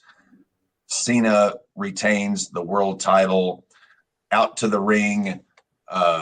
Obviously, you've got Paul Heyman, who's going to come out, and he is going to cut a promo saying that CM Punk is, his guy, is the man who just defeated John Cena. He's the man. He is, the person he wants to manage. He wants to ally himself. And just as they shake hands in agreement, the glass crashes, and it's Stone Cold Steve Austin coming down. We haven't seen him all night. It's Raw 1000. How can you not have Raw 1000 without Steve Austin? Just to put in, Jimmy opened the show with Steve. We said we could steal. No, you could steal, but you have seen him, because Jimmy opened the show with Steve. So basically, if I'm following, you're saying he can certainly bring Stone Cold out, but that doesn't seem he to can bring affect Stone Cold out, but he was still there at the start of the show. Okay. So he returned. Not like the crowd's going to care. No, it's Austin. Everyone's going to go crazy either way. Steve Austin comes out, does his normal, grabs the microphone, does his promo. Punk, you just beat one of the greatest of all time. I hope you're doing well. Paul Heyman, I know you. Back in the day, the Dangerous Alliance, you used to be my manager. Yeah, you didn't think much of Steve Austin back then. What do you think of Steve Austin now? What? But I'm going to forgive you for that, Paul. I'm going to forgive you because it's Raw 1000. Steve's in a forgiving mood. I tell you what, Give me some beers. Austin catches some beers. He hands one to Paul, hands one to Punk, has one for himself, and says, I want to congratulate the current WWE champion. I want to congratulate the greatest manager in modern professional wrestling. My hat's off to you. Raw 1000. Thank you all very much. Takes the big swig. Stuns Punk, stuns Heyman. Austin on the turnbuckles as the guy. And that is how we end Raw 1000. Okay, nice job, boys. Right, I'm going to go first this time because I haven't gone first all night. Jimmy, love what you did with the wedding, replacing with Mick Foley. That was brilliant because Mick's crazy. So is AJ. It works very well. Cap, loved the era-defining battle royal is what I'm naming it. Era-defining battle. Okay. Fantastic. I thought that was really, really good. I will say you should have had Punk throw the beer back in his face. Punk is straight-edged. He does not drink. Right? So I would have had Punk throw the beer back at Steve Austin. Only criticism I can come up with. Jimmy, no real criticisms. Thank you. Can't really come up with it. So points. I mean, this gents. is my bread and butter. So Yeah, exactly. Points, gents. Cap 1.85. Jimmy 1.9. Just because you didn't have Punk throw the beer back in his face, Cap, I'm knocking off a 0.5. I've got to do it again. I can't give you both the same score after what happened last time. Right? We're not having that shenanigans again. So 1.9 for Jimmy, 1.85 for Cap. Boys, Remy, you're up. Oh, hang on. Now you're up. Yeah, Jimmy. Can you just run me back the very last thing that happened in the main event? The what? The very last thing that happened in the main event. Cap did the main event. Cap booked the main event. Oh, Cap. Oh, so Jimmy just did the last. I was wondering why it seemed less. Yeah. The last thing I booked was Miz Layla. versus Christian. Okay. The last thing I did was Miz defeating Christian for the Intercontinental title, but he beats him clean. Yeah.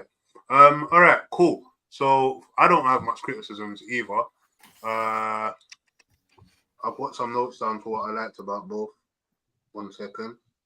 Jimmy, the first thing that stood out for me major was the wedding, the way you changed it with Mick Foley, AJ Lee being crazy, the skipping around the ring, skipping out after she does a little dirty deed. I love that.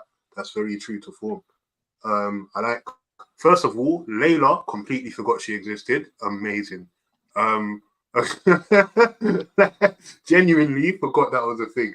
AJ Lee coming I forgot out. Caitlyn existed. Oh my God. Do you see what I'm saying? Like, it's crazy. I definitely did not forget Caitlyn existed, but I won't get into that. Down, boy. Understandable. Yeah, so I liked what you did with AJ staking a shot at the title. Miz, I remember at this point he was gaining some steam momentum, so I see why you would let him win clean as well, especially it being a title change, it pops the crowd. Pretty solid. Captain, like what you did with the Battle Royal, the Legends Battle Royal, it makes perfect sense. It is Raw 1000. Kane versus Jinder Mahal. Again, anytime anyone mentions Kane, you instantly get points from me because that's my favorite wrestler in the entire world. Same thing with Kevin Nash and WCW. You mentioned those two, you're winning me over. It's like me and Sting. It's do you see what I'm saying? Yeah. So already you got points. Where I disagree with you though, Kane and Jinder Mahal was never ever gonna have any cracker of a match or anything even remotely related to like that. That's not happening. That's one. I gotta be honest. That's not happening. Yeah? But and the worst thing is, Jinder didn't have the same aesthetics he did as he does now. So even visually, it wouldn't. Anyone would. I feel like it should have been a squash match. It should have been a Kane hits him with 3 choke slams. His entourage runs in. Not that they're getting the better of Kane, but it's numbers against the odds, isn't it? So that's when. Who the hell was Jinder's entourage at this point? 3MB. Oh, was it 3MB in 2012? Yeah. He's Slater and Drew McIntyre. And McIntyre. Drew McIntyre, yeah. So I liked what you did with Taker coming back. Swagger versus Sheamus, I'm here for that match. I feel like Swagger should have been presented differently throughout his whole run. So I agree with that. Like kind of like how they brought him back before he got done for the marijuana stuff. The ending with Stone Cold Steve Austin. Yeah, listen, I'll just be rambling, but both very solid shows. You said you didn't want to give them the same score, but I'm gonna have to. I'm gonna give them both a 1.9. Okay. All right, Devin. Mr. You guys Devin are Andrews, it's all dicks. on you. Yeah, I know you left it to me. Short of a 0.5 somewhere. All right, sir. Okay, so starting the show with Vince, dude, loves Stone Cold, loved that, Jimmy. The Mysterio versus Jericho thing, Captain. It's kind of the most straight. I mean, like just kind of clean, straightforward thing you did. I take that back. There's another one here coming. Jimmy, love the DX promo with Heyman. I will say that is a little cookie cutter for my taste. Like that you could take that Heyman promo and Brock part of it and slip it into anybody they've ever feuded with, and it's pretty well the exact same thing. Yeah. So who did you? Let me see here. Piper's Pit with Ziggler. I like that. I've never been a big Lita fan, so like it doesn't really do much for me. At the same time, though, I'm not gonna be mad at it or anything. It just wouldn't have excited me. Who faced Otunga and Sandow? Which, by the way, I love that pairing. The primetime players. Which okay. Titus O'Neil. Titus O'Neil and Darren Young. Yeah, it's Titus O'Neil and Darren Young. Yeah, I like that. I love the idea of Otunga and Sandow as a tag team. I think they could have. There's a lot of potential there with Otunga being legitimately a Harvard-educated lawyer, and it actually could have been funny had they done it where Otunga keeps correcting Sandow, like Sandow's not as smart as he thinks he is. Anyway, Sheamus over Swagger with, getting a little stiff-ski. I like that. I dig the hard-hitting, like snug kind of wrestling. It's what I sort of grew up, within. And then the wedding, having it changed to Mankind as the efficient, beautiful, love that. There's a lot obviously they could have done there. Love the idea of the Legends Battle Royal. That is cool, especially introducing them kind of era at a time. Really, really good stuff. Let's see here. Layla versus Caitlyn. Nothing really surprised me there. It was kind of just, like what you would have typically seen in a segment. And then obviously we all know the women weren't booked great at the time. But at the same time, anything involving Caitlyn, I'm going to say it again. It was more to just continue the AJ Lee storyline. Gotcha. Right. Well, and again, anything with Caitlyn in it, I'm not going to be upset about that. Let's see here. And then the Kane and Jinder segment, I had forgotten that 3MB had even started this early, so I like that more, kind of knowing that, because I kept sitting here thinking, like, who the hell is with Jinder at this point? And then Miz over Christian, huge fan of Miz and not a big fan of Christian, so I'm good with that. And then the main event stuff with the Money in the Bank and all of that, love that. Didn't mind Austin coming out again. I agree, though, with Nick with the idea of Punk. What I would have done, and kind of along those lines, would have had Austin have thought enough ahead to give Punk a Pepsi. And then for Punk still to refuse it and dump it on top of Austin's head. Austin kind of gets this, and then proceeds into the stunning and all that stuff. And then so like Austin's done the right thing, and then love them both. I have to say I love Captain's stuff more. We're gonna go like 2, and then I'm gonna go like 2.5 and 2.6. So 2.5 to Jimmy and 2.6 to Captain. Right. Do you want to do the maths on this, Devin? Because I'm not good at points. Now this is the first time I didn't have them right down in front of me. It's in the private. It's in the rest private. I guess remembered. It's in the private. Oh, okay. Gotcha. Yeah, we are looking at. Let's see here. Okay. From 1.85 down. So so we're like at 1.85 to 1 plus. Hang on. help me out here. Where? Let me see. So 1.85 okay, I see where it for is. Cap, 1.9 So for from you, Jim. it was 1.8. So yeah, it was 1.85, 1.9, and there was 1.9 from Remy. So that would be wait, it was 1.9 for both of them. Oh, that's Yeah. right. You would do that. It was 3.8 for Jimmy at that point, 3.75, and then for Cap. So we go to. What did I say? 2. So we had 5.75 for, or no, 5.85 for Cap and 5.8 for Jimmy. Well, ladies and gentlemen, that's Got it down to the wire. Down to the wire, down to round 3. But I am, quite frankly, amazed. Guys, we've been here 3 hours. This has been an absolutely titanic battle. And the winner of the first round of Wrestling with Your Thoughts and hopefully returning to defend the championship is the captain. Well played, sir. By a narrow margin, Yes. I will say, but the captain wins the round. What was the final score? The final score? Right, hang on. Let's do the maths. Dev, you're going to have to help me out here. I say, wait, I think it was, crap. I think it was like 6.65 for Jimmy in the first round.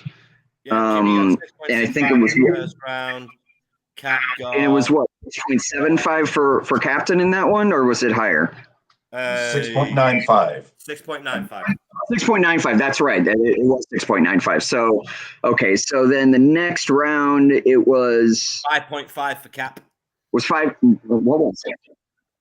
And 5.5 for Captain and 6.2 for Jimmy, I believe. okay. If that's the case, then Was- Jimmy takes the score overall. Yeah, Jimmy, you take the overall score. Yeah, right. But Yeah. Captain wins the rounds. So it is not a tie because Captain has won the show.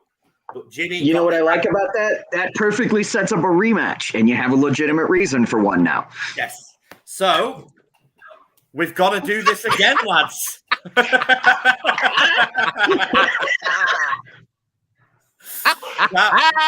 Cap, you are the winner of the show, but according I do Football believe, if Fan I'm would not put it, mistaken, Captain, That's you right. were the one who said, who won the score, right? You were the one who said that.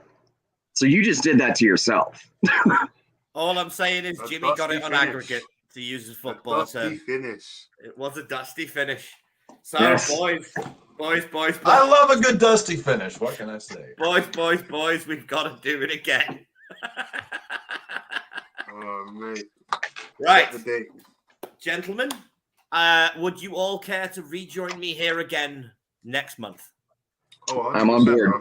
I'm on board. Hey, Jimmy? I'm never going to turn down Nicholas to do anything that you have in mind. I am always here for you, Nicky boy. Jimmy? Next month? I have to check the schedule. I'll get back to you as soon as I hear something. Awesome. Right, well, ladies and gentlemen, that's the show. And just remember, I am just one geek, desperate for a good show, and my opinion means nothing without yours in the comments below. So please enjoy what you enjoy wrestling for what it is. Please like and subscribe to the channel, join the Legion. Jimmy, it's all yours. I would like to just say thank you for everybody partaking in this. If anybody's a winner here, I think it's all of us. Especially I appreciate Sav and Mr. Devin Andrews joining us, but as far as Nick, Captain, and myself, I think this is a win overall. We were able to put aside our differences. We were able to come together. We were able to collaborate across 3 brands to bring something.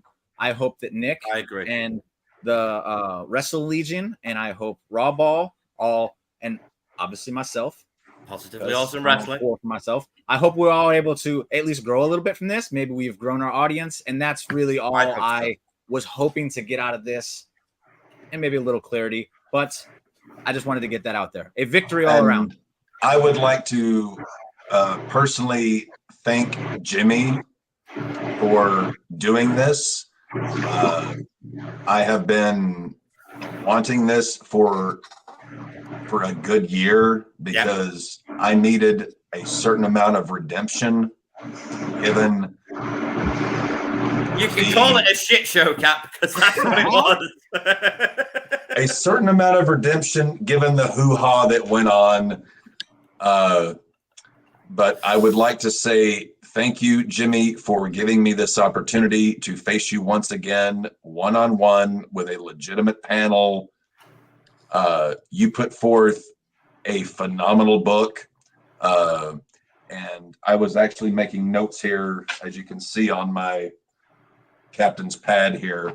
And I made a note. The Taker Kane finish at WrestleMania 14, that is one of the more genius ideas I have ever heard in my life. I had never, ever, ever thought about that. And I honestly, 20 years. I was in the chat with my friends saying he may have just won this thing with that, because that was that brilliant. So, Jimmy, that Taker Kane finish, that may be the most brilliant thing I've ever come across in the Buddy Wars, Wrestling with Your Thoughts, whatever. So while I may have won this, I do have to give you kudos. That is something I would have never thought of, but when I heard you say it, I was like, my God, how many possibilities does that open up?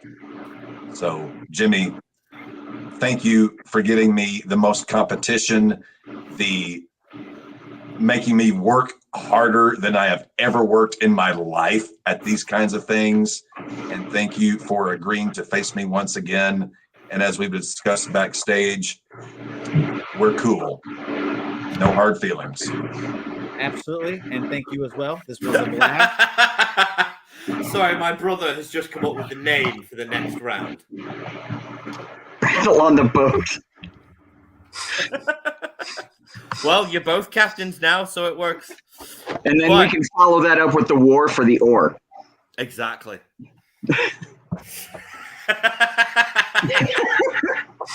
You made it sign. I took that to Collision. Right, gents, I just want to say to all four And of thank you, Nicholas, for putting this together. Not a problem. I just want to thank you all. This has been an idea I've had in my head outside of the rematch for about 8 years now, wanting to get this booking show off the ground with Wrestling With Your Thoughts. Mr. Devin Andrews, Remy, thank you so much for being judges. I hope you will return. Thank you both. Yeah, Thank you for absolutely. giving your Thanks for time. having For me. the rematch. Jimmy, thanks for keeping me in mind. I appreciate that. Absolutely. Just quick interesting thing, Nick, my old Twitter handle was One Wrestling Geek. So we're kind of on the same wavelength, I think. I like it. I knew y'all two would I link like up. it. Yeah, I I knew like y'all it. two would link up. I like it. Right, but ladies and gentlemen, with that's the show. If you enjoy what we do here, subscribe, like, hit that notification bell so you don't miss anything that comes out in the future. Subscribe to the Raw Ball podcast. Subscribe to the Positively Wrestling or podcast. Subscribe to the Crew Day and go wherever Devin is, because the man is great. Yeah, either Mr. Devin Andrews on Twitter or Wrestling with the Brain on Twitter as well, or I'm sorry, on X as well as like TikTok. Well, we still call it Twitter here, Devin. Don't worry. Yeah, boy, you X still call is a it Twitter, stupid bro. name. X is a You call it stupid Twitter, name. bro. Right, so that's it, ladies and gentlemen. Thank all four of you, gentlemen. Thank you, everybody, for joining us tonight. See you next time. Yeah.